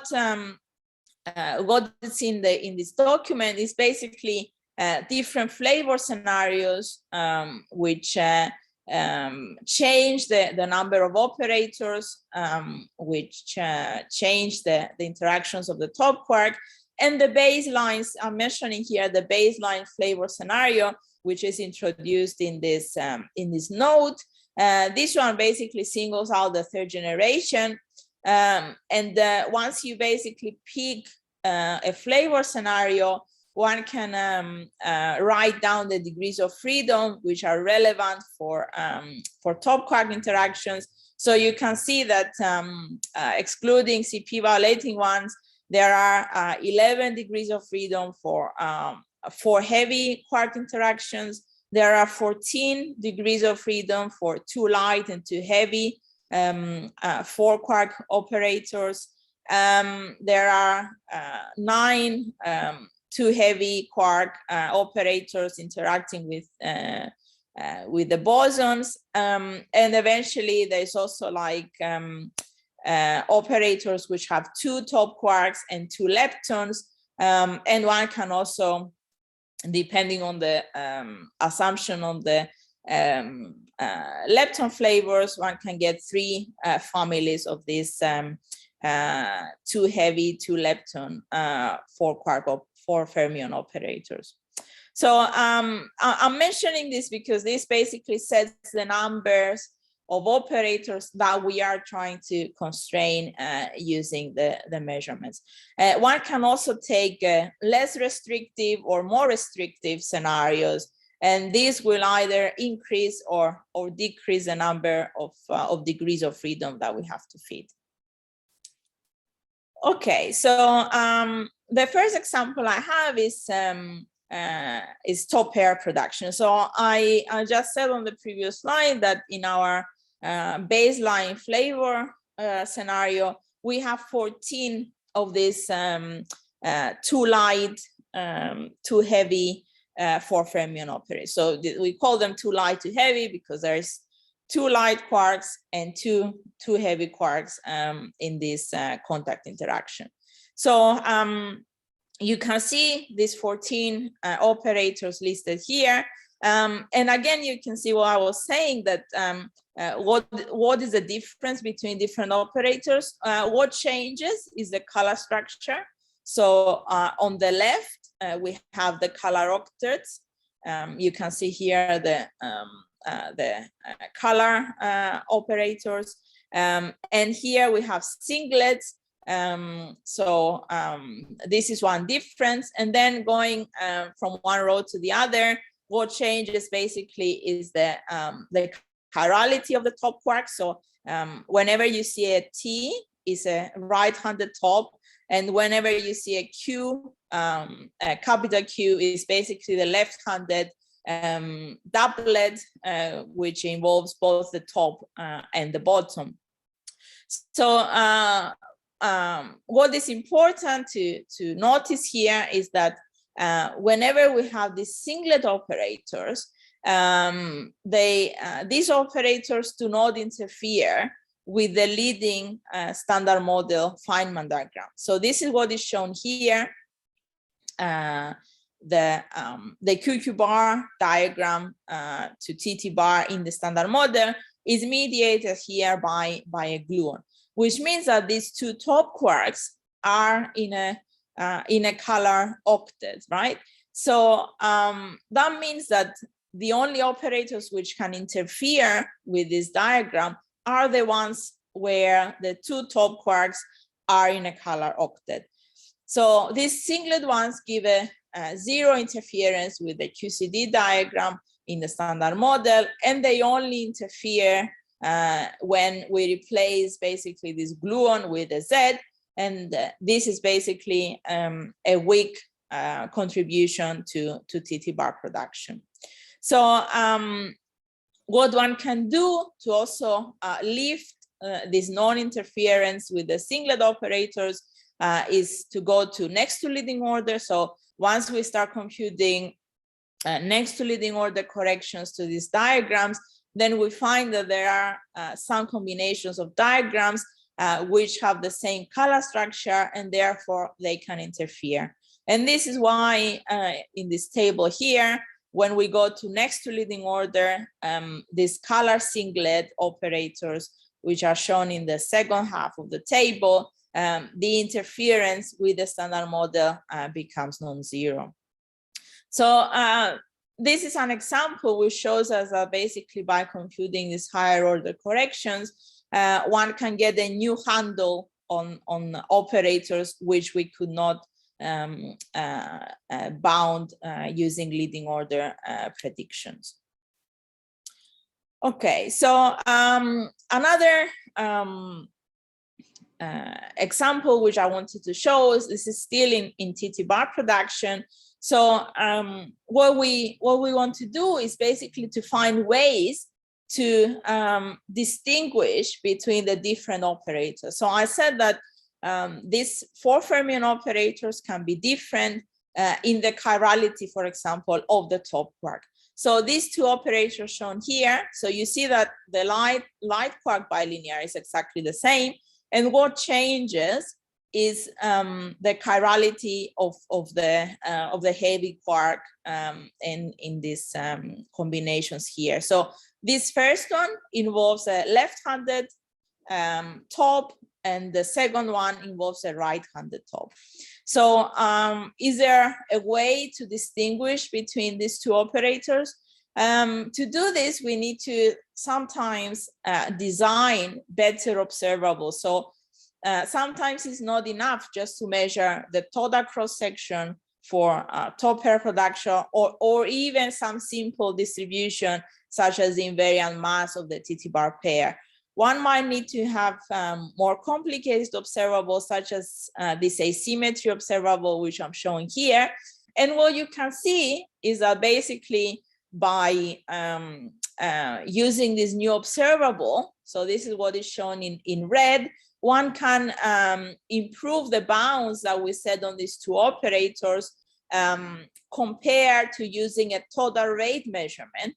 So you can see that the total rate measurement just gives this ellipse, but when we include this new observable, we get this red bound, which is a lot more constraining. So this is something that we generally have to do, is basically to improve our sensitivity by designing optimal observables. And this helps us to basically break degeneracies between operators, such as the two which I'm showing here.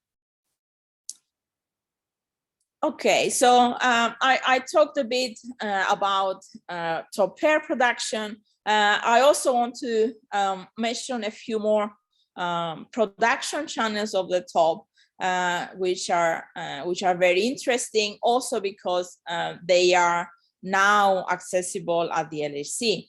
So the second example which I have is a single top production in association with either a Higgs or a Z boson. So what is shown here in this Venn diagram is how different operators will change different processes involving the top quark. So you see that there is a set of operators which changes single top production. So this same set of operators will change single top plus Higgs and single top plus Z. But then if we think about single top plus Z, there are new operators. So there are these two current operators and the dipole operator, which will change the interaction of the top with the Z boson. This means that basically what is shown in this diagram, there is a very interesting interplay between single top plus Z, single top plus Higgs.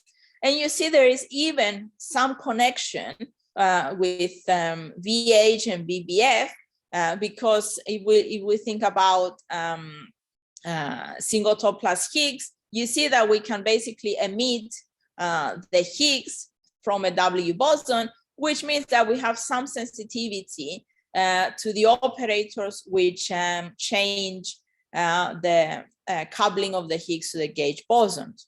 And if now we emit a Z, so in single top plus Z, you see that if this line now represents a Z, we also have some access to the triple gauge couplings. So there is this interesting interplay between different processes, and this is what motivates to interpret now also single top plus Z in the EFT.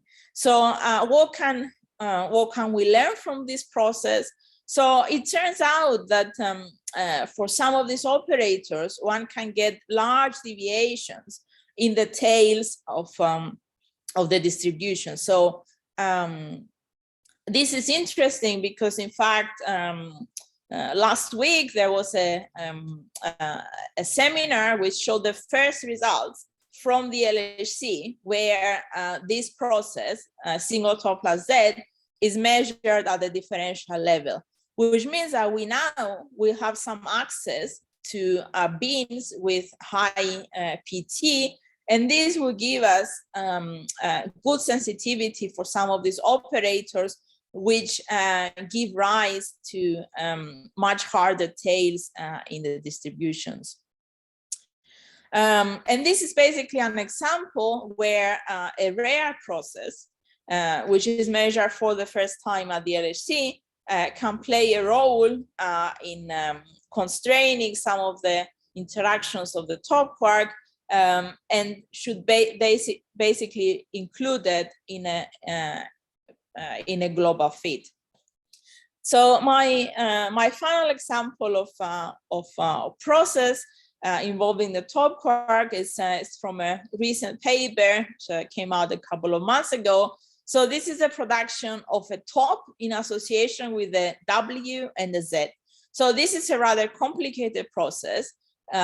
Even in the standard model, the calculation of this process is complicated because if one tries to compute this on next to leading order, it overlaps with TT bar production, and one has to basically do some trick to remove this overlap. So this is what is denoted by this DR2 and B veto, which you see in this plot. So this is basically the procedure which is followed to disentangle this process from TT bar production.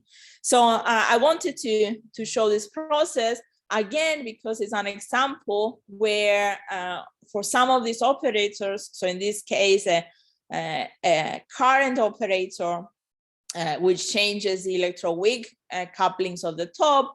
So what you can see here is that again we have an operator which gives a harder tail in this distribution. So eventually when we have a differential measurement of this process, we can use it to constrain some of these operators.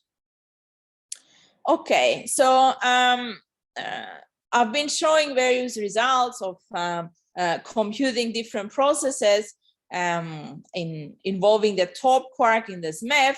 So I just wanted to mention that the fact that we are able to compute all these processes, also in some cases, including next to leading order corrections, is due to the fact that there has been a lot of work to produce Monte Carlo generators which allow these higher order computations in this MEF in an automated way. So I'm pointing to SMEF.NLO, which is basically a UFO model which can be imported in Monte Carlo generators and allows us to compute a lot of processes in this MEF, including the ones I was showing already with the top quark, also with QCD corrections. And this is a public code which can be used. So if anyone is interested in a particular process, one can download this this UFO model and use it to compute this process in the EFT, including next to leading order QCD corrections.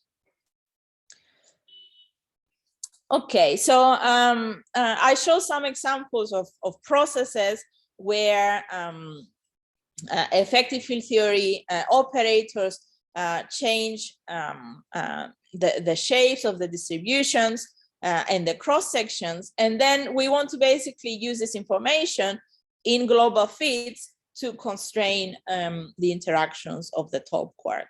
So I mentioned already that we are lucky because in the top quark sector we have so many different processes which we can put into our global fits. So I discussed some of these already. So there is a very rich phenomenology. So top quarks are produced in pairs in association with a gauge boson in single top in association with a Higgs. So there's a lot of different processes which we can use in our fit. And it's very important to do this. It's very important to use different processes, again, because we can combine processes to break degeneracies between operators. So an example is shown here. So again, here we have 2 4 Fermion operators, And you can see that different measurements have a different dependence on these operators. So if we combine TT bar W, TT bar Z, and boosted TT bar production, we can really constrain the allowed parameter space for these operator coefficients. So it is important to combine processes which have this different dependence if we want to break degeneracies between operators. And the same is shown here. So here we combine some inclusive measurements of top pair production with some asymmetry measurements. And you see that they have very, very different dependence on these coefficients. And this is what allows us to constrain these two, the Wilson coefficients of these two operators. So when we do this fits, it's important to remember that we have to be a bit careful with the validity of effective field theory. So we need to make sure that when we set the given scale lambda for our fit, that our results are not dominated by the high energy regions. We need to make sure that eventually our bounds make some sense in terms of perturbativity or unitarity. And the other thing which we should check is how important these higher order contributions in 1 over lambda can be. So in some cases, we find that these 1 over lambda to the 4th contributions are rather important. And this happens in some cases when there is no interference between the EFT and the standard model amplitude due to color, like I was showing for TT bar, or due to helicity, like is discussed for in this paper for diboson production. So in that case, the 1 over lambda to the 4th contribution is the leading EFT contribution, which eventually we have to include in our feed. We also find that if operators are very loosely constrained, then these terms, which go like C squared, can be important even within the validity region of the EFT. So we can go back to the example I was showing before. So this is the same plot I was showing before. This is just including linear terms, and this is what happens when we include the 1 over lambda to the 4th terms. And you see that the range of the coefficients between these plots, they change a lot. And what basically what we see here is that when we include these quadratic terms, we get a much smaller region here, which is allowed. So this basically tells us that at the precision that we have right now for TT bar measurements, these quadratic terms are still important.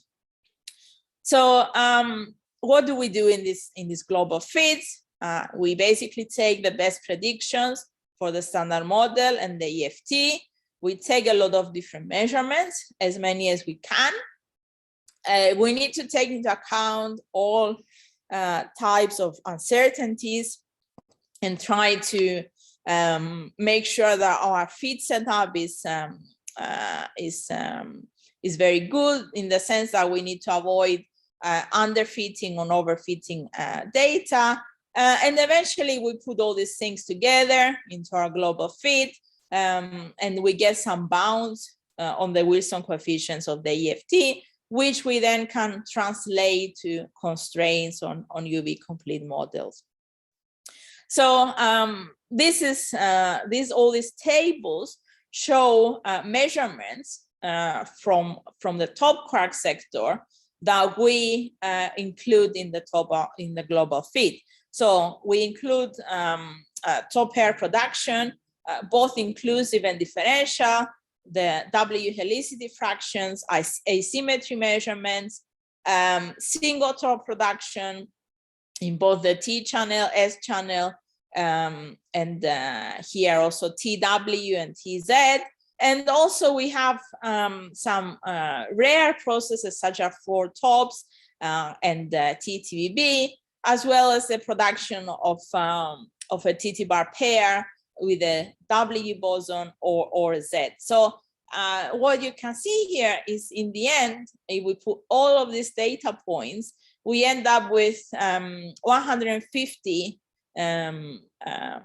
data points that we can fit. So we have these 150 points that we use to bound around 30 operators of the top quark.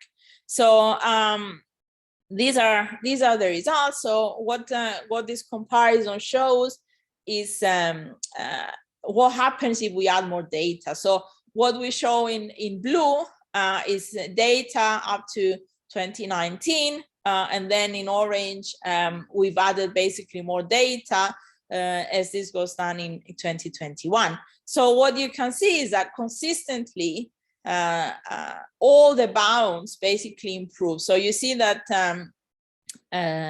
all the orange lines are below the blue one. So it's an example of how basically adding more measurements and more precise measurement helps us to constrain some of these operators. So the other thing which one should conclude from this fit is that you see that the bounds vary a lot from operator to operator. So there is up to like 2 orders of magnitude difference between different operators. And you can see, let's take this one here. So this is the chromagnetic dipole moment of the top. So this one changes the interaction of a TT bar pair with the gluon. So this is very important for TT bar production. And this is why this one is so well constrained. This one here is also well constrained. So this is the dipole, weak dipole operator, which changes the WTB interaction. This changes W helicity fractions and single top production. And this is why this one is also well constrained.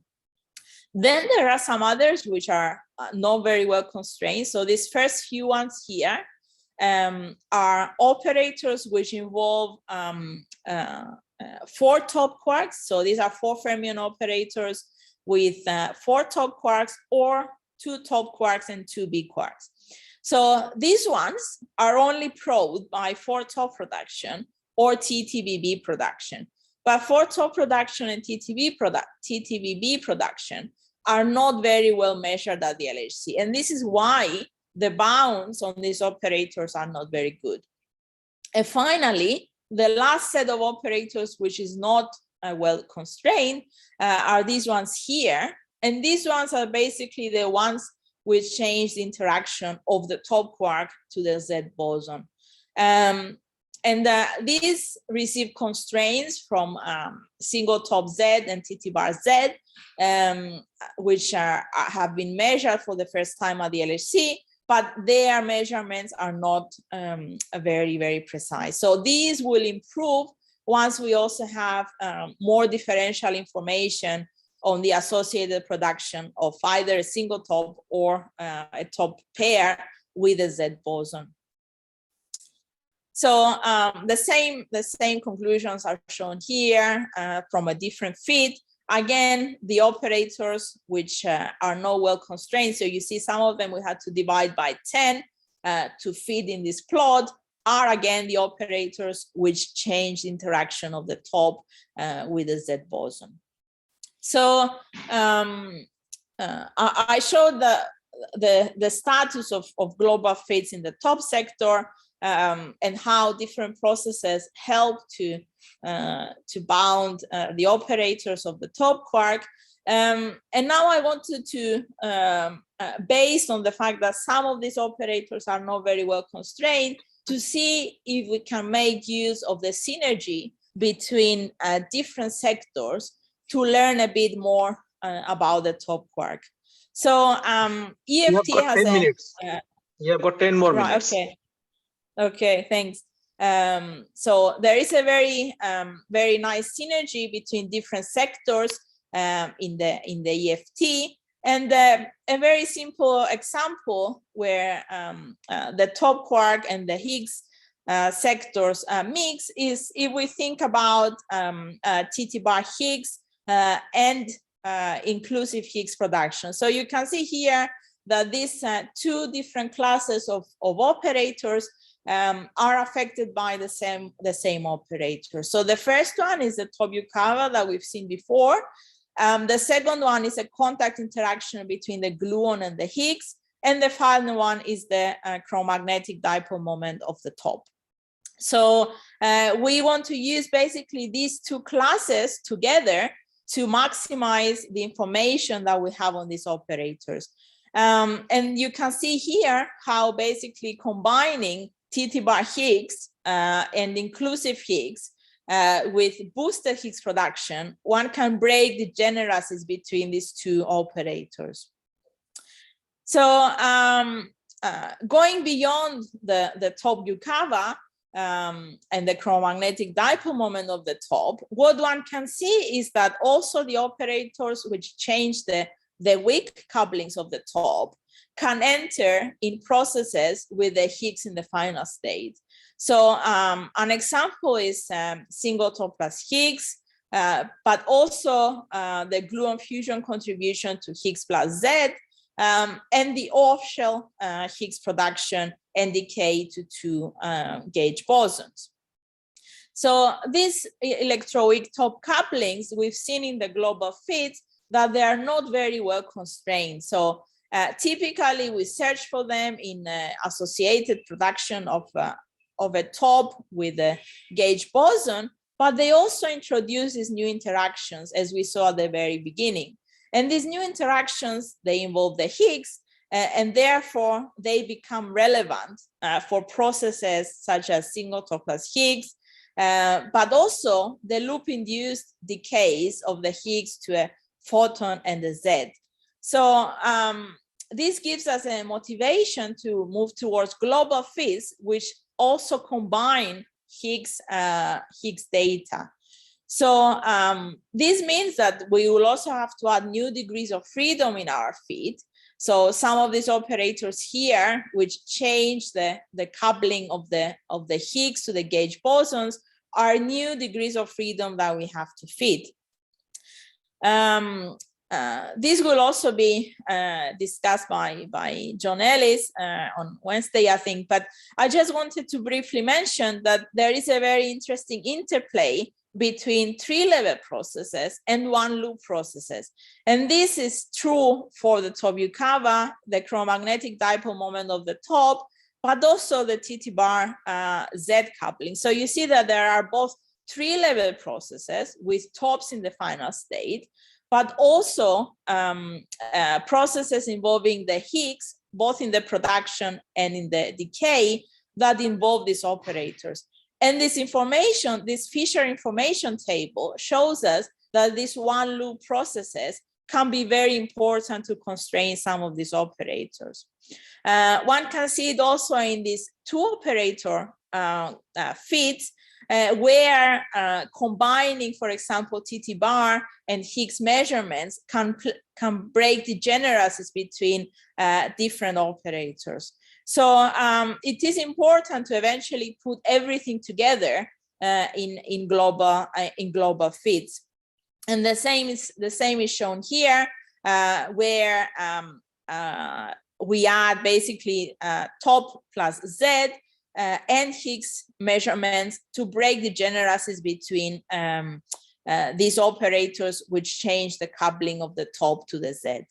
So this is important, and I'm mentioning this because you see that basically also going to this next to leading order results, which involve now one loop corrections, can help us to improve the bounds on these operators.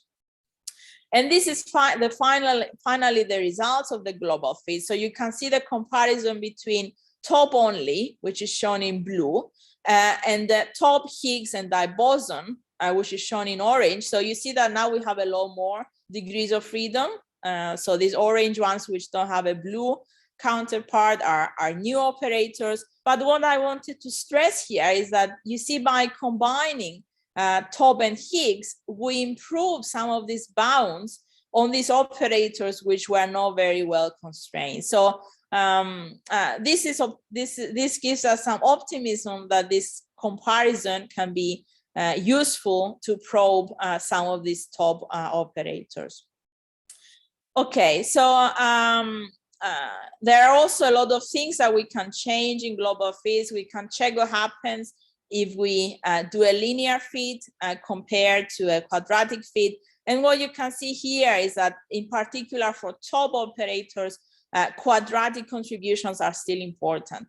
And this will continue to be the case for some of these operators, which basically don't interfere with the standard model, as we discussed at the beginning.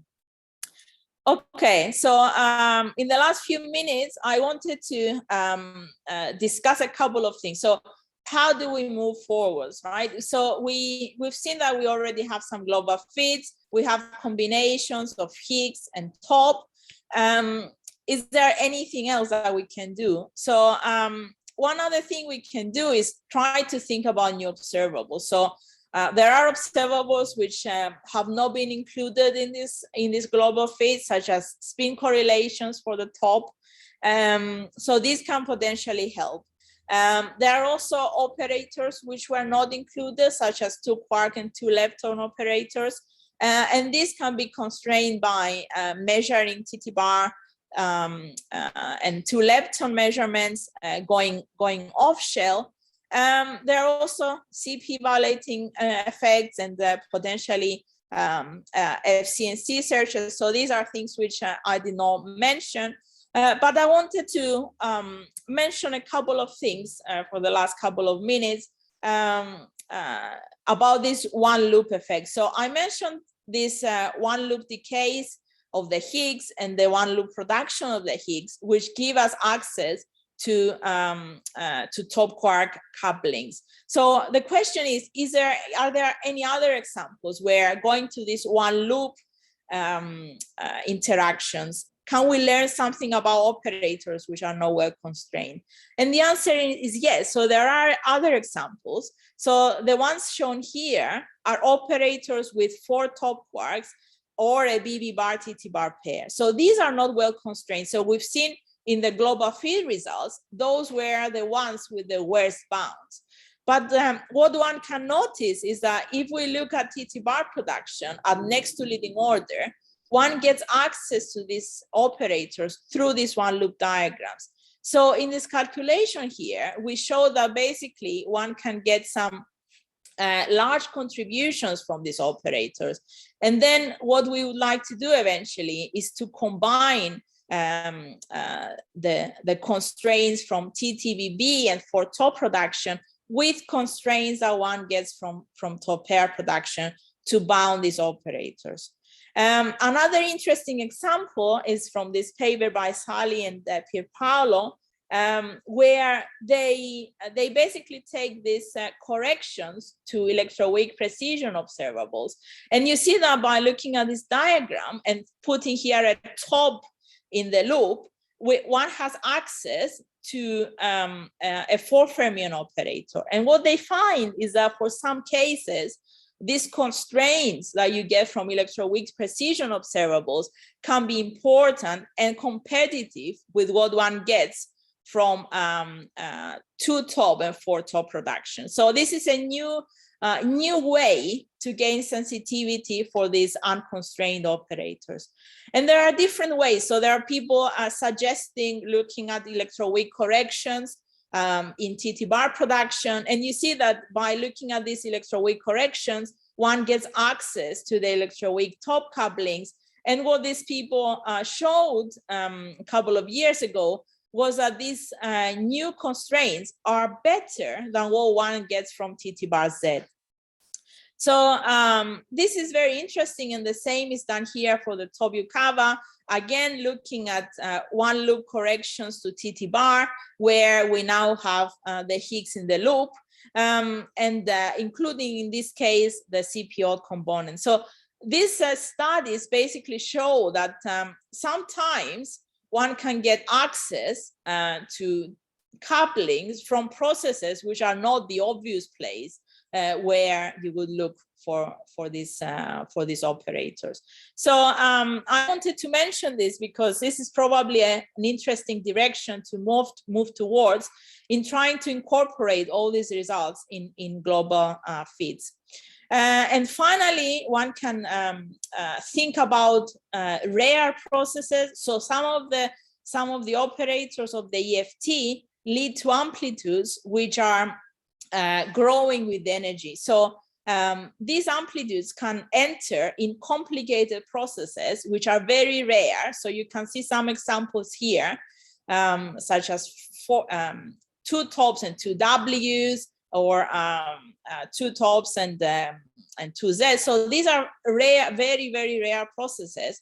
But in fact, they can have a large sensitivity to some operators due to energy growing amplitude. So this is something worth exploring, and hopefully we'll see more detailed studies of some of these rare processes which can potentially be accessible at the LHC.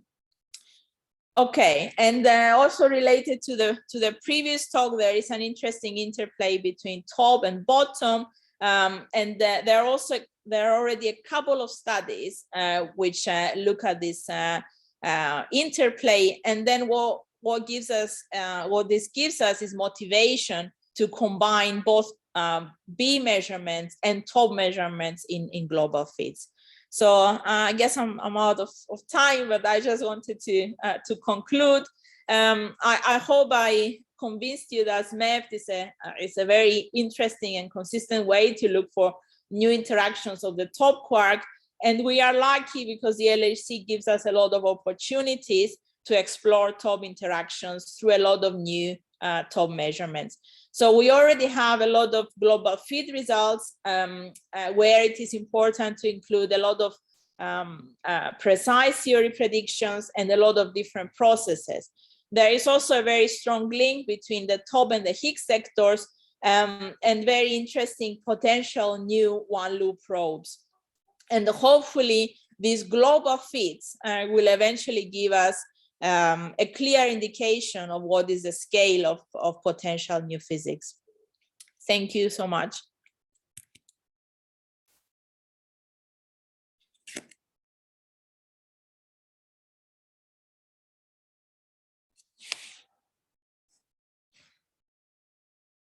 Yes, I see a hand. Hi, yeah, can I ask a question? Okay. Yeah, sure. So this is Maniwala. I have a question related to your slide number, I think 21.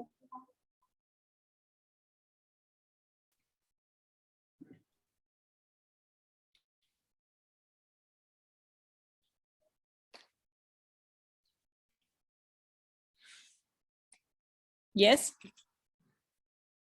Okay, so in this TZ jet process, I mean, I think there are 9 operators, right, that basically contribute.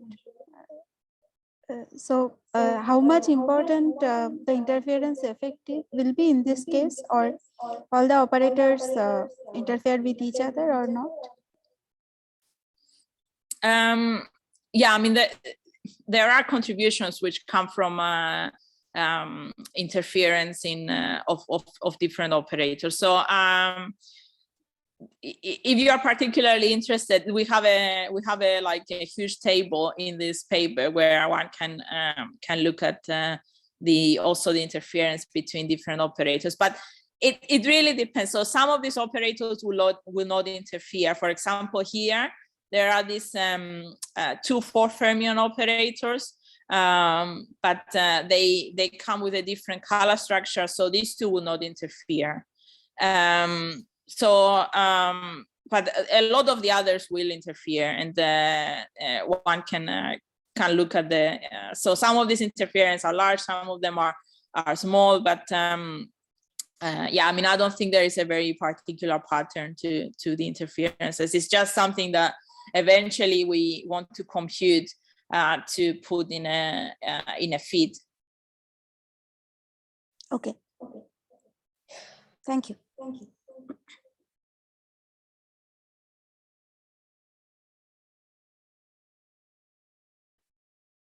Yeah, I see more hands. Yeah, thank you for the nice talk. I was wondering that you didn't include Higgs productions. Of course, it's not accessible right now.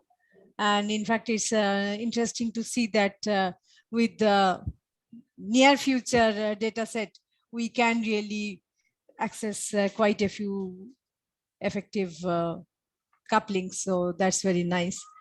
I also wanted to know, as a function of luminosity, will there be some prediction possible that which are the distributions which one should pursue more rigorously? Say in run 3, which is coming up soon.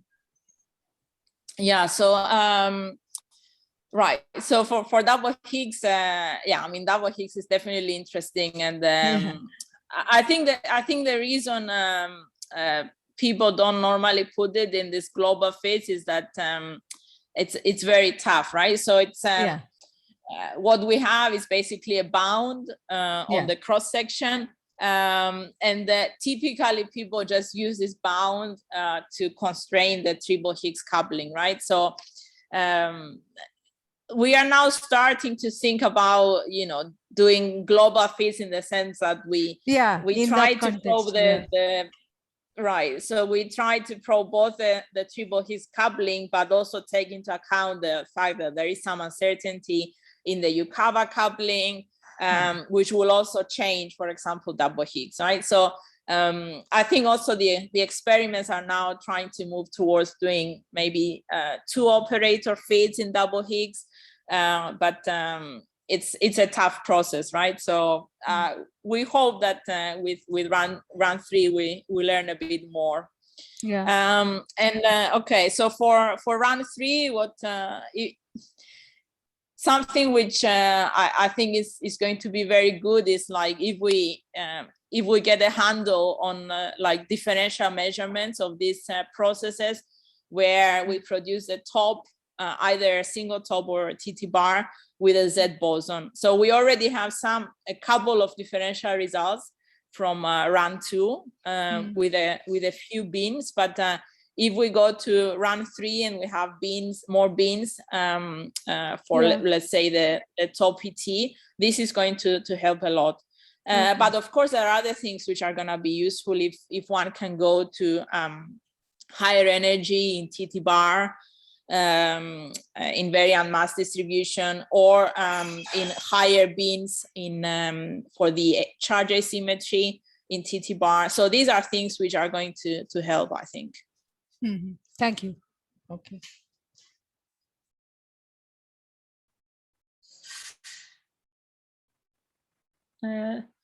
Hi, can you hear me? Yes. Okay, so I had a question regarding this high PT tail contributions. Do we always expect them to be additive? Like, do they always have to be higher? We always expect them to be higher than the SM? It depends, right? So if they come from the square contributions, so the square contribution is always positive, right? So that one is always gonna go on top. But if it's something which is coming from an interference, it can be below. But typically, these high PT tails, they come from squares, and therefore they are positive. So you can see in this particular example, just that because we are on this slide, you see in this second inset is like the interference over the standard model. But you see how the interference is not growing, right? Yeah. So is the square is here where we sum interference and square, and you see that is in fact the square which grows with the energy.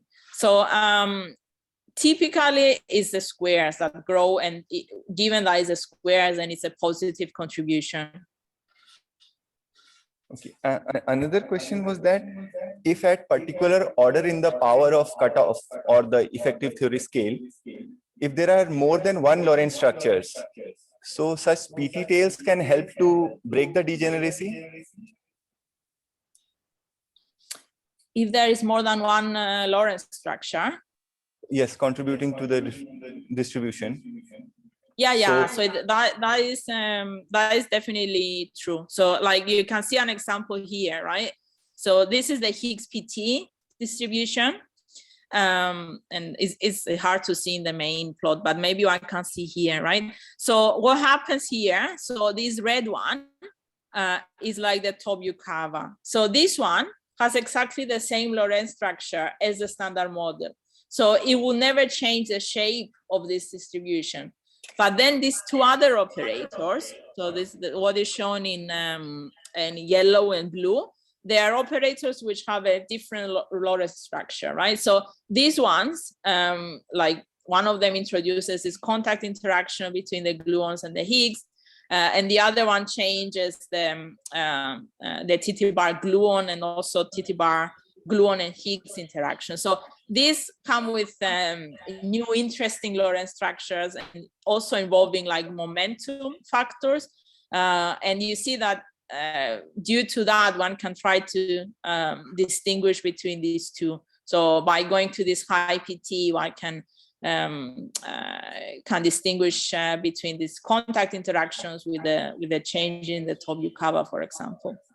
So this is definitely something we use, like these different Lorentz structures is very important to have in mind to predict how the shapes change.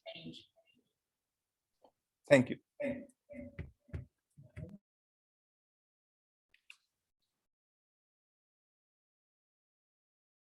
Any other questions?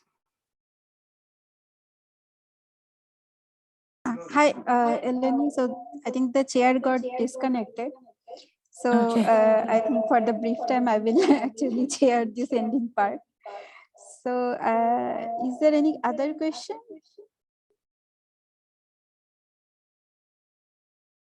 Okay, I don't see any other question. So thanks for the excellent review, and hope to have you sometime at IOP when the corona thing will settle down. Okay, thank you so much. I hope so too. Okay, thanks a lot for the invitation. Bye. Bye. Bye.